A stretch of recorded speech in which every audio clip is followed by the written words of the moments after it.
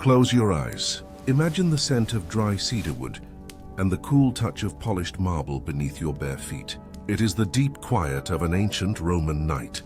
For the next 3 hours you are safe, an anonymous soul drifting through the city.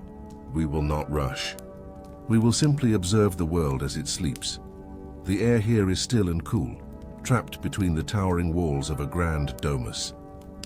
You are standing in the atrium, the heart of the house. Above you, the night sky is framed by the opening in the roof, the compluvium. Only the brightest stars manage to penetrate the Roman haze, their ancient light traveling countless miles to reach this precise moment, this precise place where you stand. They look down on the impluvium, the cool, dark basin of rainwater at your feet. Listen to the sound of a single drop of water. It falls from the edge of the roof tiles, having condensed from the cool night air. The drop hangs for a moment, spherical and perfect, catching the faint starlight before it releases and falls. The sound it makes as it strikes the basin is pure and resonant, echoing softly off the marble walls. This is the heartbeat of the house, constant, reliable, eternal.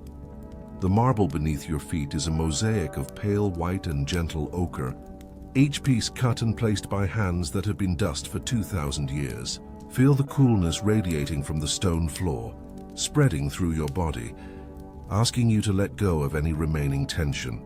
The house is a fortress of silence, built to keep the chaos of the Roman streets at bay. Notice how the air moves differently here.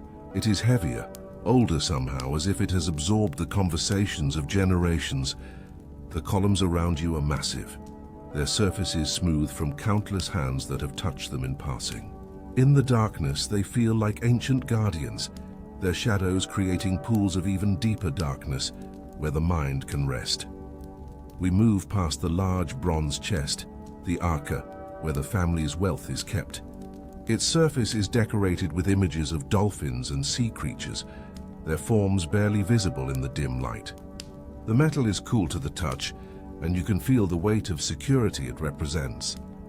This is where the family's gold aureus coins rest, where important documents are stored, where the tangible proof of Roman citizenship lies protected. Now, an almost imperceptible scent reaches you. The faint, dry smell of oil lamps that have just been snuffed out. It's a mixture of olive oil and burnt wick, a smell that has filled Roman homes for centuries. Each lamp in this house has its own personality, its own way of burning, its own particular shadow it casts on the walls. Step carefully now as we move deeper into the house. The floor transitions from marble to a softer terrazzo made from crushed pottery and lime. Your footsteps make no sound here. The Romans understood the importance of silence in the night hours. They built their homes to embrace quiet, to honor the restorative power of darkness. We are now approaching the tablinum, the master's study. Heavy curtains of deep purple wool hang across the entrance, their weight and thickness creating an additional barrier against sound. Push them aside gently and enter a room where thoughts become tangible things. Here the air holds the smell of dried papyrus and beeswax. Hundreds of scrolls rest in their wooden compartments, each one containing someone's thoughts, someone's dreams, someone's accounting of the world. The desk is made of citrus wood, imported from the forests of Mauritania. Its surface is worn smooth from years of use, and you can see the slight depression where the master's arm rests as he writes. A half-finished letter lies on the desk, the ink long dry. The words are in Latin, of course, but their meaning transcends language. They speak of grain shipments, of political alliances, of a son studying rhetoric in Athens. These are the concerns that occupy the Roman mind. Even in sleep, you can almost hear the thoughts that have been left here, suspended in the air like dust motes in sunlight. All of history sleeps on these shelves. The biography of a general who conquered Gaul, the love poems of a senator's daughter, the accounting ledgers of a decade of commerce. You are surrounded by the quiet weight of thousands of stories that have come to rest. Notice the small details that make this room alive, even in its stillness. The bronze stylus lying at an angle on the desk. The small pot of red sealing wax, its surface bearing the impression of the last seal made. The shallow dish of sand used for drying ink, with tiny peaks and valleys where the last letter was dried. The walls here are painted with scenes of triumph and prosperity. Even in the darkness, you can make out the forms of horses and chariots, of crowned figures and kneeling barbarians. These images were meant to inspire, to remind the occupant of Rome's greatness. But in the night, they become something else. Shadows of shadows, dreams within dreams. Move your attention now to the small shrine in the corner, the Lararium. Here the household gods rest in their miniature temple. The Lares, protectors of the home, stand as small bronze figures, their arms raised in blessing. A small offering of wheat and wine has been left for them, and the sweet scent of fermentation mixes with the incense that was burned at sunset. Feel the presence of these ancient protectors. They have watched over this house for generations, through births and deaths, through feast and famine. Their bronze faces are worn smooth from touching, from the daily devotions of the family. In the darkness, they seem more present, more aware, as if the night is their true domain. Now turn your mind to the peristyle, the inner garden that forms the green heart of the house. Step through the doorway and onto soft, wet earth. The change is immediate and profound. Where the atrium was all stone and echo, the peristyle is earth and absorption. The scent changes now, to jasmine and night-blooming cereus, to rich, damp soil that has been carefully tended for decades. The garden is arranged in the formal Roman style, with low hedges of box and rosemary, creating geometric patterns. In the center, a fountain bubbles softly, its water feature designed to create the most soothing possible sound. A low, gentle breeze moves through the colonnade, whispering secrets to the leaves. The columns here are painted in deep reds and golds, though the colors are muted to grays in the moonlight. Between them, you can see the night sky more clearly, and the constellation of the great bare wheels slowly overhead, marking the passage of time in its ancient, reliable way. Listen carefully and you can hear the small sounds of the garden at night, the movement of a tiny lizard across the leaves, seeking the last warmth from stones that absorbed the day's sun, the soft flutter of a moth drawn to the single lamp that burns in the far corner, the almost inaudible settling of the plants as they adjust to the cool night air. The plants here are not merely decorative. Each has its purpose in the Roman household. The rosemary for remembrance and cooking, the bay laurel for victory wreaths and flavoring, the roses for perfume and medicine. Even in their sleep, they continue their work, their roots drawing nutrients from the soil, their leaves breathing in the night air. Notice the small pool in the corner where carp swim in slow circles. Their movement creates gentle ripples that catch the moonlight, sending patterns of light dancing across the underside of the pergola above.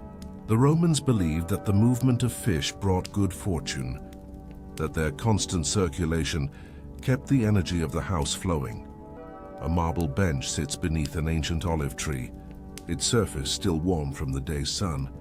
Sit here for a moment and feel the accumulated heat releasing slowly into the night.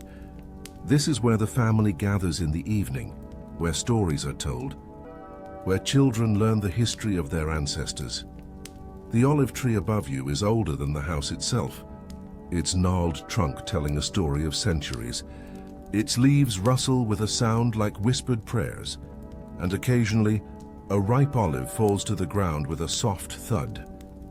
The tree connects this place to the land, to the agricultural roots of Roman civilization, reminding all who sit beneath it that even the greatest empire grew from seeds planted in earth. We move now toward the private quarters, the cubicula.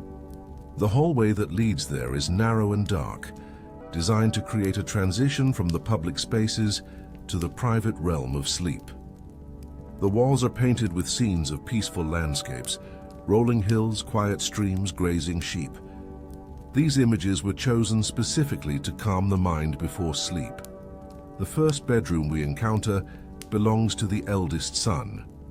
Even in his absence, he is serving with the legions in Germania. The room maintains his presence. His childhood toys, now curiosities, sit on a shelf. A wooden sword worn smooth from play. A set of knuckle bones used for games. A wax tablet with his first attempts at writing, the letters awkward but determined.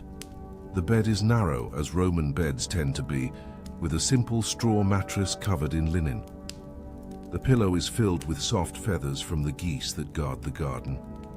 A light woolen blanket lies folded at the foot, ready for the cooler hours before dawn. Everything speaks of simplicity, of the Roman virtue of restraint even in wealth. Continue down the hallway, feeling the way the temperature drops slightly. The Romans understood that cooler air promotes better sleep, and they designed their homes accordingly. Small vents near the floor allow cool night air to flow through, while warm air rises and escapes through openings near the ceiling. The master bedroom is larger, but still modest by modern standards. The bed here is more elaborate, with carved legs depicting dolphins and sea nymphs. The mattress is filled with wool from sheep, raised on the family's country estate, and the coverlet is dyed with precious Tyrian purple, a sign of the family's status. On a small table beside the bed sits a collection of personal items. A gold ring with the family seal, a small knife for cutting fruit, a ceramic cup for water during the night, a small scroll, perhaps poetry to read before sleep, perhaps philosophical meditations on the nature of dreams. Notice the small bronze lamp that provides the only light. Its flame is tiny, barely more than a spark, but it's enough to push back the complete darkness. The oil in the lamp is scented with lavender, its fragrance promoting peaceful sleep. Watch the flame flicker, creating moving shadows on the walls, shadows that seem to dance to a rhythm older than memory. The walls of this room are painted with more intimate scenes, gardens of paradise, peaceful harbors, flights of birds against sunset skies. In the flickering lamplight, these scenes seem to move, to breathe, to invite the viewer into their painted worlds. This is the last thing the occupant sees before sleep, these images of peace and beauty. Listen now to the sounds of the house settling for the night. The creak of wooden beams contracting in the cool air. The soft rustle of fabric as curtains move in the breeze. The distant sound of a servant's footsteps on an upper floor, making final preparations for tomorrow. But beneath all these sounds is something else, a deeper rhythm, a pulse that seems to come from the very stones of the house. It's the accumulated vibration of all the lives lived here, all the words spoken, all the dreams dreamed. The house remembers everything, holds everything in its ancient embrace. As you lie in this Roman bed, feel yourself sinking into history. The same moon that shines through the window shone on Caesar, on Augustus, on Marcus Aurelius. The same stars that wheel overhead guided Roman ships across unknown seas, witnessed the rise of the Colosseum, watched the slow transformation of republic into empire. The fabric beneath you was woven on looms that have remained unchanged for centuries. The techniques, the patterns, the very motion of the weaver's hands, all of these are connections to the deep past. When you touch this fabric, you touch the hands that made it, and through them, all the hands that taught them their craft, stretching back through generations. Feel the weight of the wooden bed frame around you. The wood came from forests that no longer exist, trees that were ancient when they were cut. In their grain lies the record of decades of growth, of seasons of plenty and years of drought. The tree remembers, and now the bed remembers, and through it, you become part of that memory. The pillow beneath your head is filled with herbs as well as feathers, chamomile for calm, valerian for deep sleep, rosemary for peaceful dreams.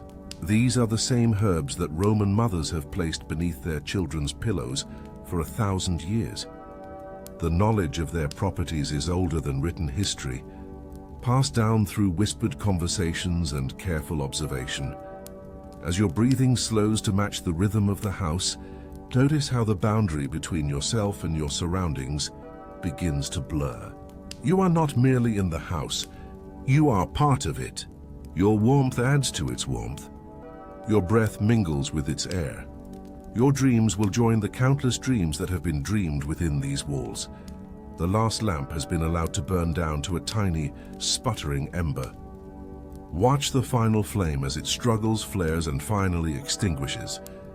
The darkness that follows is not empty, but full of potential, full of rest, full of the promise that dawn will come again, as it has every day since Rome was 7 hills and a dream. As complete darkness envelops the room, a new sound emerges. It is softer than the drip of water, quieter than the breeze in the garden. It is the low, steady sound of the sea far beyond the city walls. The same sea that brought Aeneas to these shores, that carries Roman galleys to distant provinces, that will outlast the empire itself. This is the sound that will carry you forward into the next part of your journey. The house has given you its peace, its security, its ancient wisdom. Now as you drift deeper into sleep, let the sound of the eternal sea guide you toward new dreams, new visions of the Roman night. The walls of the Domus fade, the weight of stone and timber dissolves. You are becoming lighter, freer, ready to float beyond the confines of walls and roof, out into the greater Roman world that awaits. The sea calls, ancient and patient, and you answer with your deepening breath, your slowing heartbeat, your gradual surrender to sleep. Rest now in the safety of the Roman night. You are protected by walls built to last millennia, by gods who never sleep, by the accumulated peace of countless peaceful nights just like this one. The Domus holds you, Rome holds you, history holds you, and in that holding you can finally truly rest. The rhythmic sound of the ocean has become louder now. We have left the marble safety of the Domus, carried on invisible currents of dream toward the coast. You are drifting toward Ostia, the silent, sleeping port of Rome. The air changes as we travel, the dry warmth of the city giving way to something sharper, more alive. The scent of salt and wet wood fills your lungs with each breath. Ostia Antica, they will call it one day, when it is ancient. But tonight it is simply Ostia, the mouth through which Rome breathes, the gateway where the Mediterranean meets the Tiber. 20,000 souls sleep here among the warehouses and taverns, the temples and baths, all of them dependent on the sea's generosity. Feel the change in the ground beneath you. No longer the smooth marble of the Domus, but worn wooden planks weathered by decades of salt spray and sun. These docks have felt the weight of cargo from every corner of the known world. Egyptian grain, Syrian glass, Indian spices, British tin, all of it has passed over these boards, leaving its subtle mark. The harbor is quiet now, but it is not empty. Listen to the symphony of sounds that make up a sleeping port. The gentle creaking of ship ropes against their moorings, each one pulled taut by the tide, each one singing its own note in the nautical chorus. The hollow knock of wooden hulls bumping softly against the pier, a sound like giant heartbeats in the darkness. Walk along the dock and feel how it yields slightly under your weight, how it breathes with the movement of the water beneath. The wood is smooth in some places, rough in others where the salt has raised the grain. Your fingers trail along a mooring post, feeling the deep grooves worn by countless ropes. Each groove a testament to a ship safely harbored. The ships themselves are shadows against shadows, their masts reaching toward stars that sailors use for navigation. These are not warships but merchant vessels, wide-bellied carriers designed to hold as much cargo as possible. Their names are painted on their prows. Neptune's gift, the lucky dolphin, Minerva's wisdom. Each name is a prayer, a hope for safe passage across unpredictable seas. One ship recently arrived from Alexandria still smells of the exotic cargo it carried. Frankincense from Arabia, its resinous sweetness mixing with the salt air. Papyrus from the Nile Delta, carrying the dusty scent of river mud. Linen so fine it seems to float rather than hang, perfumed with lotus oil. Even in the darkness, the ship radiates the warmth of southern seas. Listen to the water itself, how it speaks differently here than in the fountain of the Domus. This is living water connected to every ocean, every sea. It has traveled from distant storms, from calm tropical nights, from places where different stars shine. In each wave is the memory of its journey, the story of winds and currents that brought it here. A night watchman passes in the distance, his lantern swinging in a slow arc. The light briefly illuminates wet cobblestones, creates dancing shadows among the coiled ropes and stacked amphoras. He doesn't see you. You are a dream figure, a ghost of future memory invisible to Roman eyes. His footsteps fade into the distance, leaving only the sea's voice behind. Move closer to the water's edge where the dock meets the sea. Here the wood is perpetually wet, covered with a thin film of algae that makes it slippery and treacherous. But it is also where life congregates. Small crabs scuttle in the shadows beneath the planks. Fish surface briefly, their movements creating expanding circles of silver in the moonlight. The smell here is complex.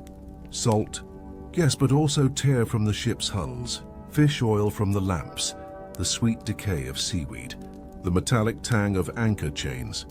It is the smell of commerce, of connection, of Rome's lifeline to the wider world. Without this port, Rome would starve in weeks. The city's 1 million inhabitants depend on the grain ships that dock here, the massive carriers from Egypt and North Africa. See the warehouses that line the harbor, their massive doors closed and barred for the night. Behind those doors lies the wealth of nations. Amphoras of wine from Chios and Lesbos, their ceramic surfaces still cool from Mediterranean cellars. Bolts of silk that traveled the entire length of the Silk Road, from China through Parthia to here. Precious purple dye from Phoenician shores, worth more than gold. But it's not just luxury that passes through Ostia. The everyday items that keep Rome functioning arrive here too. Olive oil from Spain for cooking and lamp fuel. Garum, the fermented fish sauce Romans add to everything, in carefully sealed jars. Building materials. Marble from Carrara, timber from the forests of Germania, volcanic stone from Vesuvius. A cat slinks along the warehouse wall, hunting the rats that threaten the grain stores. It moves with perfect silence, its eyes reflecting green in the moonlight. This too is part of the port's ecosystem, the endless cycle of predator and prey that keeps the delicate balance. The Romans brought cats from Egypt specifically for this purpose, and now they are as much a part of Ostia as the docks themselves. Walk past the ship chandleries, their windows dark, but their scents escaping into the night air. Hemp and tar, canvas and copper, all the materials needed to keep ships seaworthy. In the morning, these shops will bustle with activity, but now they sleep. Their treasures guarded only by the gods of commerce. The Temple of Neptune rises before you, its columns pale in the moonlight. The sea god's domain extends even onto land here, his protection sought by every sailor, every merchant, every person whose life depends on the sea's mood. An offering bowl sits at the temple's entrance, filled with coins tossed by nervous travelers seeking safe passage. Inside the temple, if you dare to look, the great statue of Neptune stands with his trident raised, his beard flowing like water itself.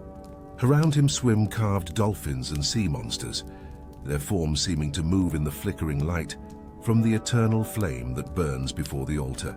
The air here is thick with incense, with centuries of prayers for fair winds and calm seas. But we don't linger in the temple. The night calls us back to the water, to the living presence of the sea itself. Move to the Great Mole, the artificial harbor that protects the port from storms. Built by the Emperor Claudius, it represents Roman engineering at its most ambitious, a defiance of nature that has become part of nature. Stand at the mole's end and feel the full force of the Mediterranean night. The wind is stronger here, carrying stories from distant shores. Close your eyes and you can almost see them. The lighthouses of Alexandria, the harbors of Carthage, the wild coasts of Britannia, all connected by water, by trade routes established over centuries, by the courage of sailors who trusted stars and instinct. The lighthouse at the mole's end burns with a steady flame, its light visible for miles out to sea. The keeper tends it through the night, adding oil, adjusting the great bronze mirrors that amplify the light. This is Rome's greeting to approaching ships, its promise of safe harbor after dangerous journeys. Watch the light play across the waves. Each wave catches it differently, breaks it into countless fragments, reforms it, breaks it again. It's hypnotic, this dance of light and water, this eternal conversation between elements. The pattern never repeats, yet it is always the same, always soothing, always calling the watcher deeper into trance. In the distance, almost invisible against the dark horizon, a ship approaches. It won't reach port until dawn, but already it is beginning its careful approach, reading the coastline, watching for the lighthouse, preparing for the complex navigation required to enter the harbor. On board, exhausted sailors dream of solid ground, of wine and warmth, of news from home. The fishing boats are different from the merchant vessels. Smaller, more agile, they cluster together like sleeping birds. In a few hours before dawn, they will slip out to sea, seeking the schools of fish that feed Rome. Their nets are carefully folded, their clay lamps ready, their small shrines to Fortuna decorated with fresh flowers. One fisherman sleeps in his boat, unwilling to pay for lodging on shore. His snores mix with the sound of waves, creating an oddly comforting rhythm. He has slept here so many nights that the boat's rocking no longer wakes him. His dreams are probably of fish, of perfect catches, of the silver flash of scales in morning light. Notice the small details that make the port real, immediate, present. The barnacles growing on the pier supports, their sharp shells glinting with moisture. The rope fibers that have come loose and float in the water like seagrass. The fish scales scattered on the dock, catching moonlight like tiny mirrors. The salt crystals forming on every surface, the sea's signature on everything it touches. The taverns near the port are mostly quiet now, though light and muffled voices escape from one or two. Sailors from different nations drink together, their languages mixing into a pidgin understood only here, only in ports where all nations meet. They tell stories of sea monsters and strange lands, of storms survived and fortunes made, each story growing with each telling. In one tavern, a woman sings a lullaby from a distant province, her voice carrying across the water. It's a sad song, full of longing for home, for lovers left behind, for children growing up without their fathers. The melody is foreign to Roman ears, but the emotion is universal. Every sailor knows this sadness, this price of the seafaring life. The warehouses cast long shadows across the dock, creating pools of absolute darkness where anything might hide. But there's nothing threatening here, only the accumulated peace of 1,000 quiet nights. The shadows are protective, offering rest to tired eyes, quiet to overwhelmed ears, coolness to sun-baked skin. A small shrine to Mercury, god of commerce and thieves, stands at the intersection of two docks. Fresh flowers have been placed there. Marigolds and roses, their colors invisible but their scent sweet in the night air. Merchants leave offerings here, hoping for profitable ventures. Even thieves leave coins, understanding that everyone needs divine protection in their work.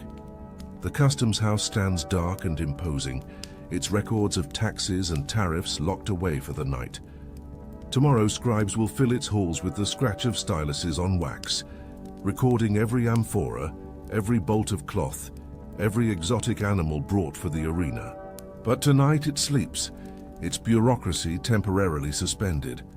Move now along the residential area of Ostia, where the dock workers and merchants live. The buildings are taller here than in Rome proper, some reaching 5 or 6 stories. The Romans call them insulae islands, because each building stands isolated like an island in an urban sea. From the upper windows, you can hear the soft sounds of sleeping families, a baby's cry quickly soothed, the creak of a bed, the splash of water in a basin. These people live their entire lives by the rhythm of the tides, by the seasonal patterns of trade winds, by the agricultural calendars of distant provinces. When Egyptian grain is late, they worry. When storms close the shipping lanes, they tighten their belts. Their fortunes rise and fall like the waves themselves. A baker's shop near the port is already active, preparing bread for the morning's departing ships. The smell of baking bread mixes with the salt air, creating an oddly comforting combination. The baker's slaves work through the night, their movements practiced and efficient. The great millstones turn slowly, grinding grain that arrived just yesterday from North Africa. The baths of Ostia won't open until dawn, but you can smell the hippocaust fires being stoked, preparing the hot water that will wash salt and exhaustion from sailors' bodies. The bath complex is enormous, a testament to Roman values, cleanliness, social interaction, the democracy of naked bodies in hot water, where senator and slave might sit side by side. Return now to the water's edge, where the Tiber meets the sea. This is a liminal space, neither fully river nor fully ocean. The water is brackish, confused, swirling with competing currents. It's here that river barges transfer their cargo to seagoing vessels, where the inland world meets the maritime, where Rome's influence begins its journey across the Mediterranean. Watch a piece of driftwood float past, turning slowly in the current. Where has it been? Perhaps it's a fragment of a ship wrecked on distant shores, or a branch from a tree that fell into an alpine stream. Its journey ends here in this moment, witnessed only by you in your dream state. Tomorrow a child might find it on the beach and wonder at its smooth surface, its mysterious origin. The night is deepest now, that profound darkness before any hint of dawn. The port seems to hold its breath, waiting for the sun's return. Even the waves seem quieter, their rhythm slower, more hypnotic. This is the hour when sailors say the sea gods rise to the surface, when mermaids sing, when ghost ships appear on the horizon. But you see none of these mythical things. Instead, you see the simple, profound beauty of a working port at rest. The honest weariness of wood and rope that have done their job well. The patient waiting of empty warehouses ready to be filled. The eternal confidence of the sea, knowing that tomorrow will bring new ships, new cargo, new stories. A fish jumps near the dock, its splash surprisingly loud in the quiet night. For a moment, the surface of the water is disturbed, rings of ripples spreading outward, catching and reflecting the sparse light. Then it settles again, returns to its mirror-like calm, as if the fish had never jumped, as if the disturbance had been only a dream. The sound of the sea is changing now, almost imperceptibly. But it's not the approaching dawn, that's still hours away. It's something else, a shift in the quality of the sound, a deepening of its tone. The tide is turning, beginning its slow retreat. The port will look different in a few hours, with more beach exposed, with boats sitting lower against the docks. This tidal breathing is the Earth's deepest rhythm, older than life itself. It was here before Rome, before humanity, before anything that could witness it. It will be here after the last amphora has broken, after the last ship has sunk, after the last memory of this night has faded. There is profound comfort in this permanence, this reliability, this promise that some things endure beyond human time. As you prepare to leave Ostia, to continue your journey through the Roman night, take with you the gift of the sea's sound. Let it echo in your bones, in the liquid spaces of your body that remember their oceanic origin. You are mostly water yourself, and that water knows its home, responds to the pull of tides, remembers the salt of ancient seas. The port begins to fade, but slowly, gently. The wooden docks become less solid, more dreamlike. The ships transform into suggestions of ships, ideas of vessels. The warehouses dissolve into geometric shadows, but the sound of the sea remains, will always remain, the constant note underlying all other sounds. You are floating now, lifted by invisible currents, carried away from Ostia but not leaving it behind. It travels with you, in you as you move toward the next stage of your journey. The salt air gradually warms, takes on a different quality. Steam begins to rise around you, and you realize you are approaching the great baths of Rome, where water takes on a different character, serves a different purpose, but remains always, essentially, itself. The last sound from Ostia is the cry of a seabird, perhaps disturbed from its roost, perhaps greeting the still distant dawn. Its call is sharp, wild, free, a reminder that beyond the human world of commerce and empire, nature continues its own ancient business, indifferent to Rome's glory, concerned only with the eternal now of wind and wave and wing. The salt air fades, replaced by something altogether different, a humid, rising warmth that envelops you like a living thing. We are now inside the vast public thermae, the Roman baths, in that sacred hour just before opening, when the building breathes alone, preparing itself for the thousands who will soon fill its halls. The first fires are being stoked beneath the floors, and dense, clean mineral steam rises in soft plumes, creating an atmosphere that exists nowhere else in the Roman world. Feel the immediate change in temperature as you cross the threshold. The night's coolness is held at bay by massive bronze doors, their surfaces beaded with condensation. Inside, the air is thick, almost tangible, carrying the scent of heated stone and mineral-rich water drawn from deep springs.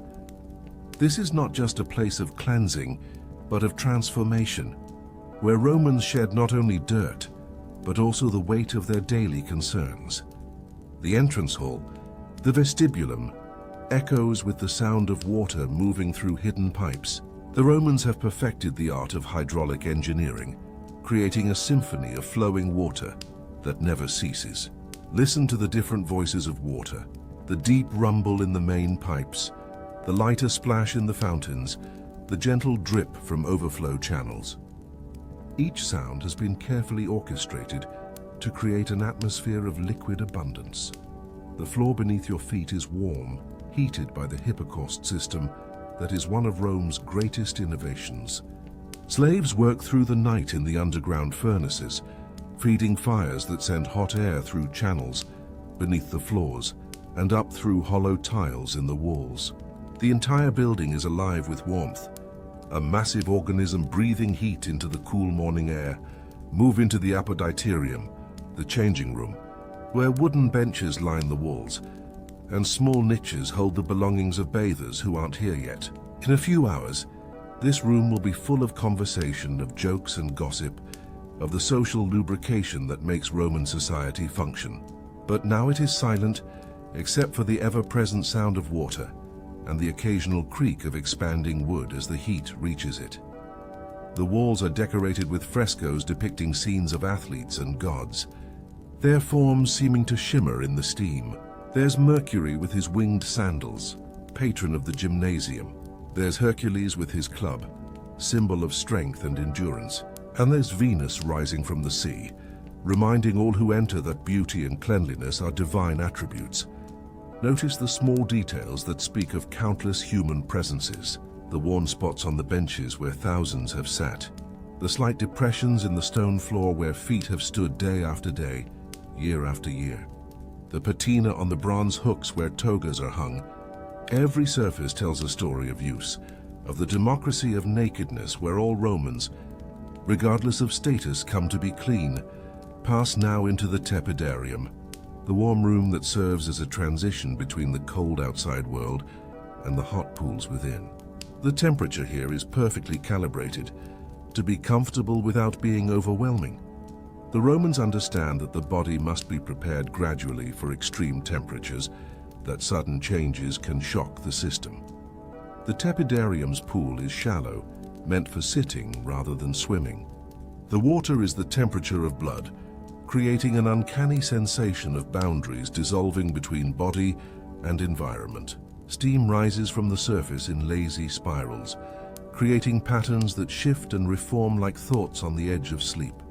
The acoustics here are extraordinary. Every sound is both amplified and softened by the moisture in the air. A drop of water falling into the pool creates ripples of sound that seem to travel in all directions, bouncing off the domed ceiling and returning as whispers. The Romans built these spaces to be temples of sound as well as water, understanding that the ear needs cleansing as much as the body. Sit for a moment on the marble bench that runs along the wall. The stone has absorbed years of warmth, decades of steam, centuries of human presence. It releases this accumulated heat slowly, like a memory being recalled. The marble itself comes from quarries in Carrara, where Michelangelo will one day find his David sleeping in the stone. But that is far in the future. Now the marble serves a simpler purpose, to provide comfort to tired bodies. The ceiling above is a masterwork of engineering, a concrete dome that seems to float despite its massive weight. Small holes pierce it at regular intervals, allowing shafts of pre-dawn darkness to penetrate the steam. Soon these will become shafts of sunlight, creating pillars of illuminated mist that look solid enough to climb. But now they are dark channels, connecting the baths to the night sky above. Move deeper into the complex toward the caldarium, the hot room. The temperature rises with each step, the air becoming thicker, more demanding. This is where the serious business of sweating happens, where Romans believe impurities are expelled from the body through open pores. The heat is not just therapeutic but purifying, both physically and spiritually. The caldarium is dominated by a large pool of very hot water, its surface obscured by dense steam. The water comes from natural hot springs, rich with minerals that are said to cure everything from joint pain to melancholy. Sulfur gives it a distinctive smell, not unpleasant but unmistakably medicinal. This is water with purpose, water that works on the body even as the body rests within it. The walls here are covered with condensation that runs in constant rivulets, creating patterns like tears on glass. Each droplet follows its own path, joining with others, splitting apart, finding its way eventually to the drainage channels cut into the floor. It's mesmerizing to watch, this endless circulation of water from pool to air to wall and back again. In the corner, a small fountain provides drinking water, cooled somehow despite the surrounding heat. The Romans know the danger of dehydration in such temperatures, and these fountains are placed strategically throughout the hot areas.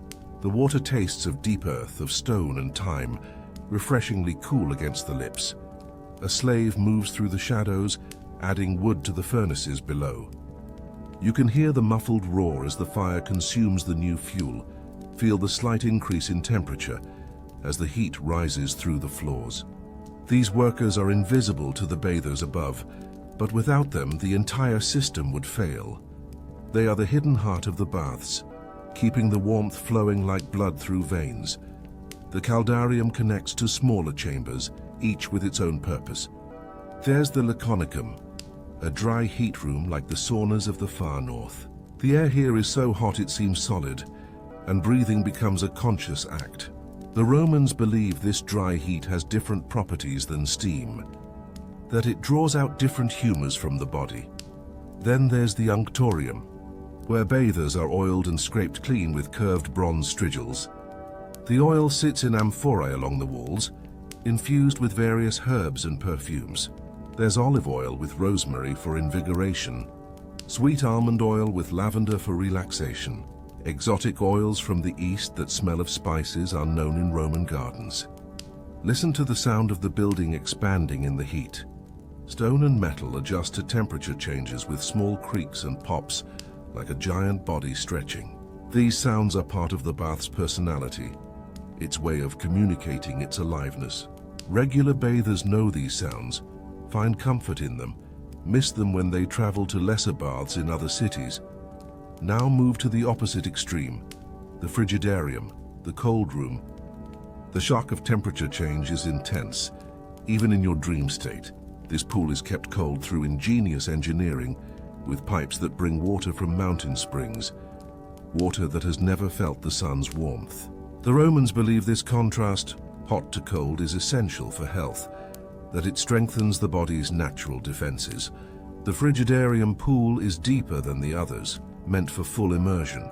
The cold is not just surface cold, but a deep, penetrating cold that reaches into the bones. Yet there's something purifying about it, something that makes every nerve suddenly vividly alive. This is where Romans come to wake up fully, to shake off the languor of the hot rooms. The decoration here is different. Cooler colors, scenes of snow-capped mountains and northern forests. There's a mosaic on the floor depicting Neptune's realm, with fish and sea creatures rendered in thousands of tiny tiles. In the dim light, the fish seem to swim, an optical illusion created by the artist's skill and the viewer's steam-affected vision. Return now to the central hall, the Basilica Thermarum, where the highest ceiling soars overhead. This is the social heart of the baths, where Romans gather to discuss business, politics, philosophy. The acoustics are designed to carry conversation without echoing, to allow multiple groups to talk without interfering with each other. Massive columns support the roof, each one a single piece of granite, brought from Egypt at enormous expense. They represent Rome's reach, its ability to command resources from across the known world. Run your hand along one, feeling the subtle grain of the stone, the coolness that persists despite the surrounding warmth. Between the columns, statues of gods and emperors stand in niches. There's Marcus Aurelius in thoughtful pose, the philosopher-emperor who wrote his meditations between military campaigns. There's Apollo with his lyre, god of music and healing. Each statue is a masterwork, but in the steam and shadow they become something more. Presences rather than mere stone, witnesses to the daily ritual of cleansing. The gymnasiums attached to the baths are empty now, their exercise equipment waiting for the morning's athletes. Leather balls for trigon, the popular three-person ball game. Heavy stone weights for strength training. Wooden swords for practice combat. The sand of the wrestling ground has been freshly raked, ready to receive the imprint of struggling bodies. But exercise is for the waking hours. Now in this pre-dawn quiet, the gymnasiums are peaceful, almost meditative spaces. The only movement is the gentle swing of hanging equipment in the breeze from the hypocaust vents, creating shadows that dance across the walls like memories of past competitions. Move to the libraries. Yes, the great baths have libraries, because Romans understand that the mind needs exercise as much as the body. The scrolls are protected from the humidity by clever ventilation systems. Works of poetry, history, philosophy, all available to bathers who wish to feed their intellect while their bodies recover from exercise. One scroll lies partially unrolled on a reading stand, abandoned by someone the previous evening. It's Virgil's Aeneid, the story of Rome's mythical founding. The words are visible even in the dim light. Arms and the man I sing, who first from Troy. The epic of wandering and homecoming, of destiny and duty, themes that resonate in every Roman heart. The medical rooms of the bath complex are prepared for the morning's treatments. Here physicians will practice their arts, bloodletting for excess humors, massage for stiff muscles, herbs for various ailments. The Romans have absorbed medical knowledge from Greeks, Egyptians and other conquered peoples, creating an eclectic but often effective practice. Jars of medicines line the shelves, willow bark for pain, poppy extract for sleep, mysterious compounds from distant lands. Each jar is carefully labeled, its contents representing centuries of accumulated knowledge about the body's mysteries. Some of these remedies will survive into your time, their efficacy proven by science. Others are merely hopeful thinking given physical form. The massage tables are covered with soft linen, ready to receive bodies that will be kneaded and stretched back to suppleness. The oils for massage are different from those for cleansing, thicker, more penetrating, designed to reach deep into muscle tissue. The massage therapists are often slaves trained from childhood in this art, their hands sensitive to every knot and tension in the human form. As you wander through these preparatory spaces, notice how the building anticipates the day's activities. Everything is ready, waiting, poised on the edge of purpose. It's like watching a stage before the performance, when the sets are complete but the actors haven't arrived. There's potential energy everywhere, waiting to be released. The sunrise is still some time away, but already there are subtle changes in the atmosphere. The slave workforce is increasing their activity, adding more wood to the fires, checking water levels, preparing towels and oils. They move with practiced efficiency, each knowing their role in the complex choreography that keeps the baths functioning. In the women's section of the baths, for yes, Roman women bathe too, though usually at different hours. The same preparations are underway. The decorations here tend toward Venus and Diana, goddesses of beauty and the hunt. The pools are the same temperature, the water drawn from the same sources, But there's a subtle difference in atmosphere, a softer quality to the steam and shadow. The children's pools are shallower, their walls painted with bright sea creatures and mythological scenes less serious than those in the adult areas. During the day, these pools ring with laughter and splashing. Now they are still, their colorful decorations muted in the pre-dawn light, waiting for the young voices that will bring them to life. Notice the engineering marvels that make all of this possible. The aqueducts that bring fresh water from distant mountains. The sewers that carry away used water to the Tiber. The precise gradients that ensure water flows where it should without pumps or electricity. This is Roman genius at its most practical. The ability to move and heat vast quantities of water with nothing but gravity, fire, and ingenuity. The boiler rooms below are like the engine room of a ship, full of noise and heat and purpose. Huge bronze boilers, their surfaces tarnished green with age and moisture, contain water at various stages of heating. The slaves who work here are specialists, knowing exactly how much wood to add, how to read the pressure, how to maintain the delicate balance that keeps the system running.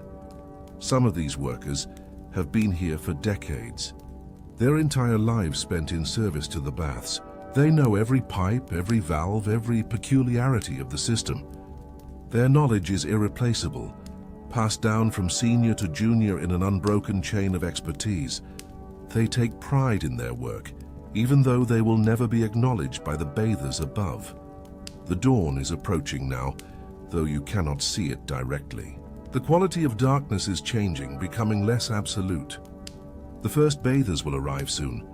The early risers, the insomniacs, those who prefer the relative quiet before the crowds arrive. They will find everything perfect. Water at the right temperature, towels ready, oils prepared, never knowing the night's work that made it possible. But for now, for these last moments, the baths belong to the night, to the steam, to the eternal sound of water. Stand in the center of the great hall and listen to the building breathe. The inhale as cool air is drawn into the furnaces. The exhale as steam escapes through vents. This is a living building, more organism than architecture, sustained by water, as humans are sustained by blood. The minerals in the water have left their mark everywhere. White calcium deposits on the fountains, green copper stains where bronze meets stone, red iron streaks following water paths. These are the bath's memories made visible. The accumulated evidence of millions of gallons of water, millions of bodies cleansed, millions of moments of Roman life. Feel how the humidity affects everything, how it softens sounds, blurs edges, makes the air itself tangible. This is an atmosphere found nowhere else in the Roman world. This combination of heat and moisture and mineral scent. It enters the lungs, the pores, the very cells of the body, carrying its healing properties deep inside. As your time in the baths draws to a close, take with you the memory of this warmth, this cleansing presence. The baths are more than a place of hygiene. They are a daily rebirth, a communal ritual that binds Roman society together. Here bodies are renewed, social bonds are strengthened, and the empire's citizens are reminded that they belong to something greater than themselves. The sound of water will follow you as you leave, as it follows every Roman through their day. Water is Rome's gift to its people, clean, abundant, available to all. In a world where most humans still drink from rivers and wells, where disease spreads through contaminated water, Rome's fountains and baths are miracles of public health. You are floating again now, lifted by warm air currents, carried up through the vents toward the sky. Below, the baths recede but do not disappear. Their warmth stays with you, their sound echoes in your memory. You are clean now in some deep sense, cleansed by your passage through this temple of water and steam. The next destination pulls at you, a place where water gives way to wisdom, where the physical yields to the intellectual. The great library awaits, with its dry air and rustling scrolls, its accumulated knowledge of centuries. From the body's bath to the mind's feast, your journey through the Roman night continues. The mineral warmth gives way to cool, dry air, rich with the oldest scent in the world, dust, aged linen, and knowledge. we move from the body's space to the mind's realm, traveling not just from the baths but across the Mediterranean itself, to the great library of Alexandria, that wonder of the ancient world where all human understanding gathers like ships in a harbor. Though Rome has its libraries, none compare to this Egyptian marvel, this attempt to collect every book ever written. The Ptolemies who built it understood something fundamental, that power comes not just from armies but from knowledge, from the ability to preserve and transmit wisdom across generations. Feel the dramatic change as you enter this sacred space. Where the baths were humid and warm, the library is dry and cool. The air here is deliberately kept this way to preserve the delicate papyrus scrolls that contain humanity's accumulated wisdom. Every breath you take is measured, controlled, as if the building itself is teaching you the proper reverence for knowledge. The entrance hall soars above you, its ceiling painted with the constellations, a map of the heavens that mirrors the map of human knowledge below. Each star is precisely placed according to the observations of astronomers who have studied here. This is not decoration but education. Even the architecture teaches. The floor beneath your feet is polished marble, but unlike the wet marble of the baths, this is dry, almost dusty. Your footsteps echo in the vast space, each sound multiplying and fading like thoughts branching into new ideas. The acoustic design is intentional, to remind visitors that they are in a place where small sounds, like small ideas, can grow into something magnificent. Pass through the great bronze doors into the first hall of scrolls. The sight is overwhelming. Thousands upon thousands of papyrus rolls, each in its own pigeonhole, each labeled with a small tag describing its contents. The organizational system is a marvel in itself, invented by librarians who understood that knowledge without access is merely decoration. The shelves reach from floor to ceiling, requiring ladders to access the highest scrolls. These ladders are works of art, made from rare woods and carved with symbols of wisdom. Owls for Athena, ibises for Thoth, dolphins for Apollo. Climb one in your mind, feeling the smooth wood worn by centuries of scholarly hands. From this height, you can see the true scope of the collection. Homer's epics in multiple copies, each with different scholarly annotations. The complete works of Aristotle, including texts that will be lost to future ages. Mathematical treatises from Babylon, astronomical observations from China, medical texts from India. This is the crossroads of world knowledge. The smell here is complex and ancient. Papyrus has its own scent, grassy, dry, slightly sweet. Add to this the smell of the cedar oil used to protect against insects, the frankincense burned to purify the air, the subtle human scent of countless scholars who have breathed this air before you. It is the perfume of civilization itself. Listen to the sounds of the library at night. It is not silent. No building filled with this much knowledge could ever be truly silent. There is the constant whisper of papyrus settling, adjusting to temperature changes, the occasional crack as wooden shelves expand or contract, and underneath it all a sound like breathing, as if the accumulated wisdom has taken on a life of its own. In one corner, a single oil lamp burns on a desk where a scholar has fallen asleep over his work. His stylus has dropped from his hand, leaving an unfinished sentence on the wax tablet before him. He is translating a Phoenician text into Greek, building bridges between cultures one word at a time. His gentle snores mix with the whisper of scrolls, a human presence in this temple of inhuman permanence. Move deeper into the library, into the specialized sections where specific knowledge is gathered. Here is the medical collection, with detailed drawings of human anatomy that won't be equaled for 1,000 years. The physicians who study here are pushing the boundaries of understanding, dissecting bodies, documenting diseases, experimenting with treatments. One scroll lies partially unrolled, showing a detailed drawing of the human eye. The artist has captured not just the structure, but something of the mystery. How does this organ translate light into vision, exterior reality into interior experience? The questions posed by these ancient scholars are the same ones that will occupy scientists in your time. The mathematical section is austere, its scrolls filled with symbols and proofs rather than words. Euclid's Elements is here, the foundation of geometry that will remain unchanged through millennia. Archimedes works on spirals and spheres, his method of exhaustion that anticipates calculus. These abstractions seem to float above the physical world, yet they describe it more accurately than poetry ever could. A wax tablet shows someone working through a problem, their calculations visible in the soft medium. They're computing the circumference of the Earth, following Eratosthenes' method.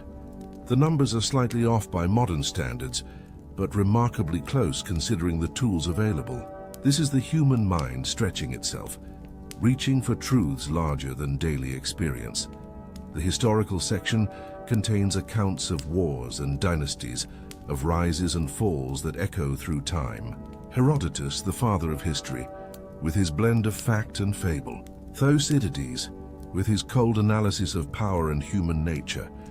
And countless unknown chroniclers who recorded the small events that, accumulated, become the great sweep of history. One scroll contains an account of Alexander's conquest, written by someone who marched with him. The ink has faded, but the words remain legible, describing the moment when the young conqueror first saw the ocean at the world's edge, and wept because there were no more worlds to conquer. Even in this dry report, you can feel the human emotion, the mixture of triumph and emptiness that comes with achieving everything you dreamed. The poetry section vibrates with a different energy. Here language is pushed to its limits, twisted and shaped to capture feelings that resist capture. Sappho's fragments burning with passion across the centuries. Pindar's odes to athletic victory, making mortality bearable through art. The Epic of Gilgamesh, humanity's oldest story, still asking the eternal questions about death and meaning. A scroll of love poems from Egypt lies open, its hieroglyphs accompanied by a Greek translation.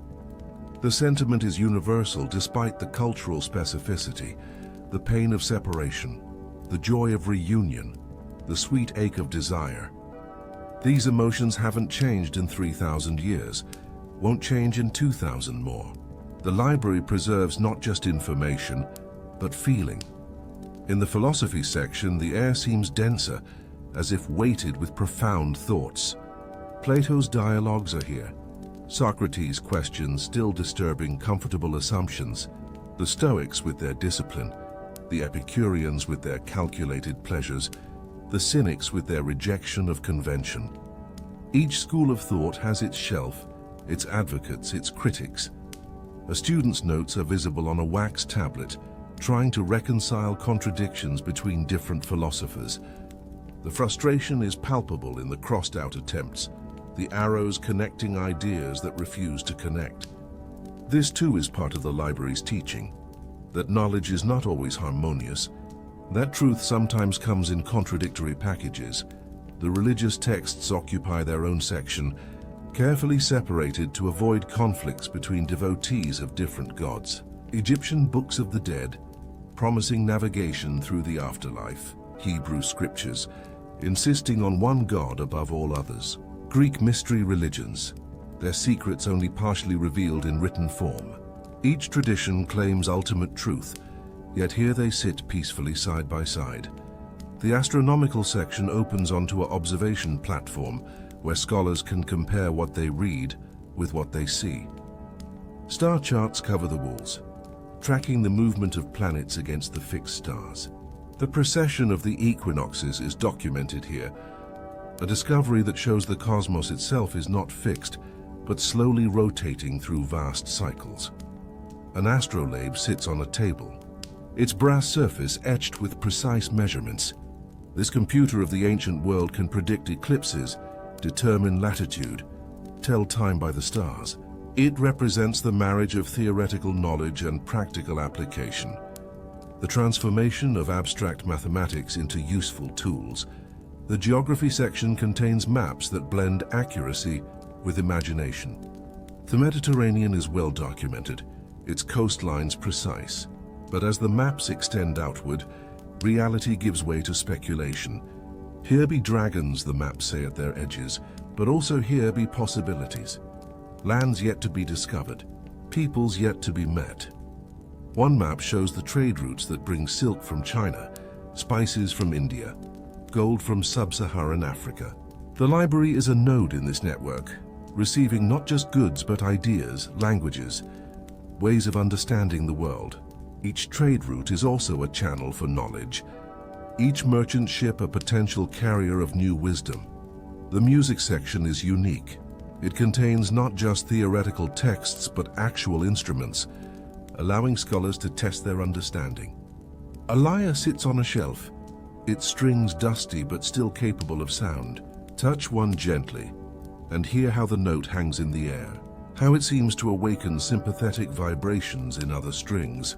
In the very air itself, musical notation is still being developed, different systems competing to capture the ephemeral art of sound. One scroll shows an attempt to record a melody using letters and symbols. Play it in your mind, a simple tune, perhaps a lullaby, perhaps a hymn. The music is gone, but the instructions for recreating it remain, a kind of resurrection through writing. The natural history section is filled with specimens as well as scrolls. Pressed plants from distant lands, their colors faded but their forms preserved.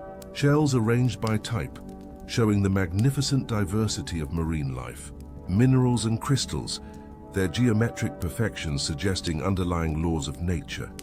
One display shows the metamorphosis of a butterfly, each stage carefully preserved. The mystery of transformation captured in physical form. How does the caterpillar become the butterfly? The answer isn't fully understood even here, in this temple of knowledge. Some mysteries resist explanation, demand only wonder. The technology section contains not just descriptions but models. A miniature aqueduct showing how water can flow uphill. A gear mechanism that might be from the Antikythera device, its purpose still debated. A steam-powered toy that spins when water is heated, demonstrating principles that won't be practically applied for more than a millennium. These devices represent paths not taken, technologies developed but not pursued. The ancient world had the knowledge to begin an industrial revolution, but lacked the economic and social conditions to support it. The library preserves these possibilities, these alternative histories that never quite happened. Near the center of the library is the most sacred section, the original works, the autographs written by the author's own hands. Homer's own copy of the Iliad, if it ever existed, Aristotle's lecture notes, Euclid's first draft of the Elements. These are treated like religious relics, too precious for ordinary consultation, preserved for some ultimate future that may never come. The librarians move through these spaces like priests in a temple, their dedication absolute. They have given their lives to preserving knowledge, to maintaining the delicate order that makes the collection usable. Watch one reshelving scrolls, checking each tag, ensuring everything is in its proper place. This is meditation through organization, prayer through preservation. The library has its own scriptorium where copies are made. Scribes sit at angled desks, carefully reproducing texts character by character. This is how knowledge multiplies, how single texts become many, how ideas spread across the ancient world. Each copy is also an interpretation. As scribes correct what they see as errors, add their own notes, participate in the transmission of knowledge. One scribe is working on a particularly beautiful text, adding illuminated letters at the beginning of each section. The gold leaf catches the lamplight, making the words seem to glow from within. This is knowledge as art, wisdom made beautiful, the marriage of meaning and aesthetics. The library's catalogue is itself a wonder, a series of scrolls that list every work in the collection, organized by subject, author, and origin. This is metadata before the term existed, the crucial information about information that makes the vast collection navigable. Without this catalogue, the library would be just a warehouse. With it, it becomes a tool for discovery, As the night deepens, the library seems to become more alive. The scrolls seem to whisper their contents, all the voices of history speaking at once in a susurrus of wisdom. Every possible human thought is here somewhere. Every love poem, every mathematical proof, every historical account, every philosophical argument. Stand in the center of the main hall and feel the weight of all this knowledge. It's almost overwhelming. The achievement and folly, the wisdom and ignorance, the answers and questions all pressed together in papyrus and ink. This is humanity's memory made physical, our attempt to defeat death through writing, to make thoughts outlive the minds that thought them. But libraries are also about forgetting. For every scroll preserved, hundreds of others have been lost. For every author whose words survive, dozens are known only by references in other works. The library is both ark and cemetery, preserving some things while marking the absence of others. Feel how dry your throat has become in this arid air. The body needs water, even in dreams. And so you are drawn away from the library, pulled toward the next stage of your journey. The scrolls recede, their whispers fading, but their weight remains with you. You carry now not just the memory of water from the baths, but the memory of wisdom from the library. The transition is beginning. The dry air starts to soften, to carry hints of vegetation, of earth and growth. You are leaving the city now, moving toward the countryside, where Roman life takes on a different rhythm, where the empire meets the eternal patterns of agriculture, where civilization remembers its roots in the soil. The last sound from the library is the soft closing of a scroll, like a sigh of contentment. The knowledge will be here tomorrow and the day after, and for centuries to come. But eventually this too will pass. The library will burn, its scrolls will become ash, its wisdom will be scattered. But tonight, in this eternal present of your dream, it stands complete, perfect, a monument to the human desire to know, to preserve, to remember. The weight of all those books is lifted. The dust and dry air of endless scrolls gives way to something alive, green, breathing. We are in the gentle, rolling hills of the Roman countryside, perhaps in Tuscany, where wealthy Romans retreat from the city's pressures to find peace in the eternal rhythms of rural life. The air is crisp, carrying the scent of olive groves and distant, sweet wood smoke from a shepherd's fire.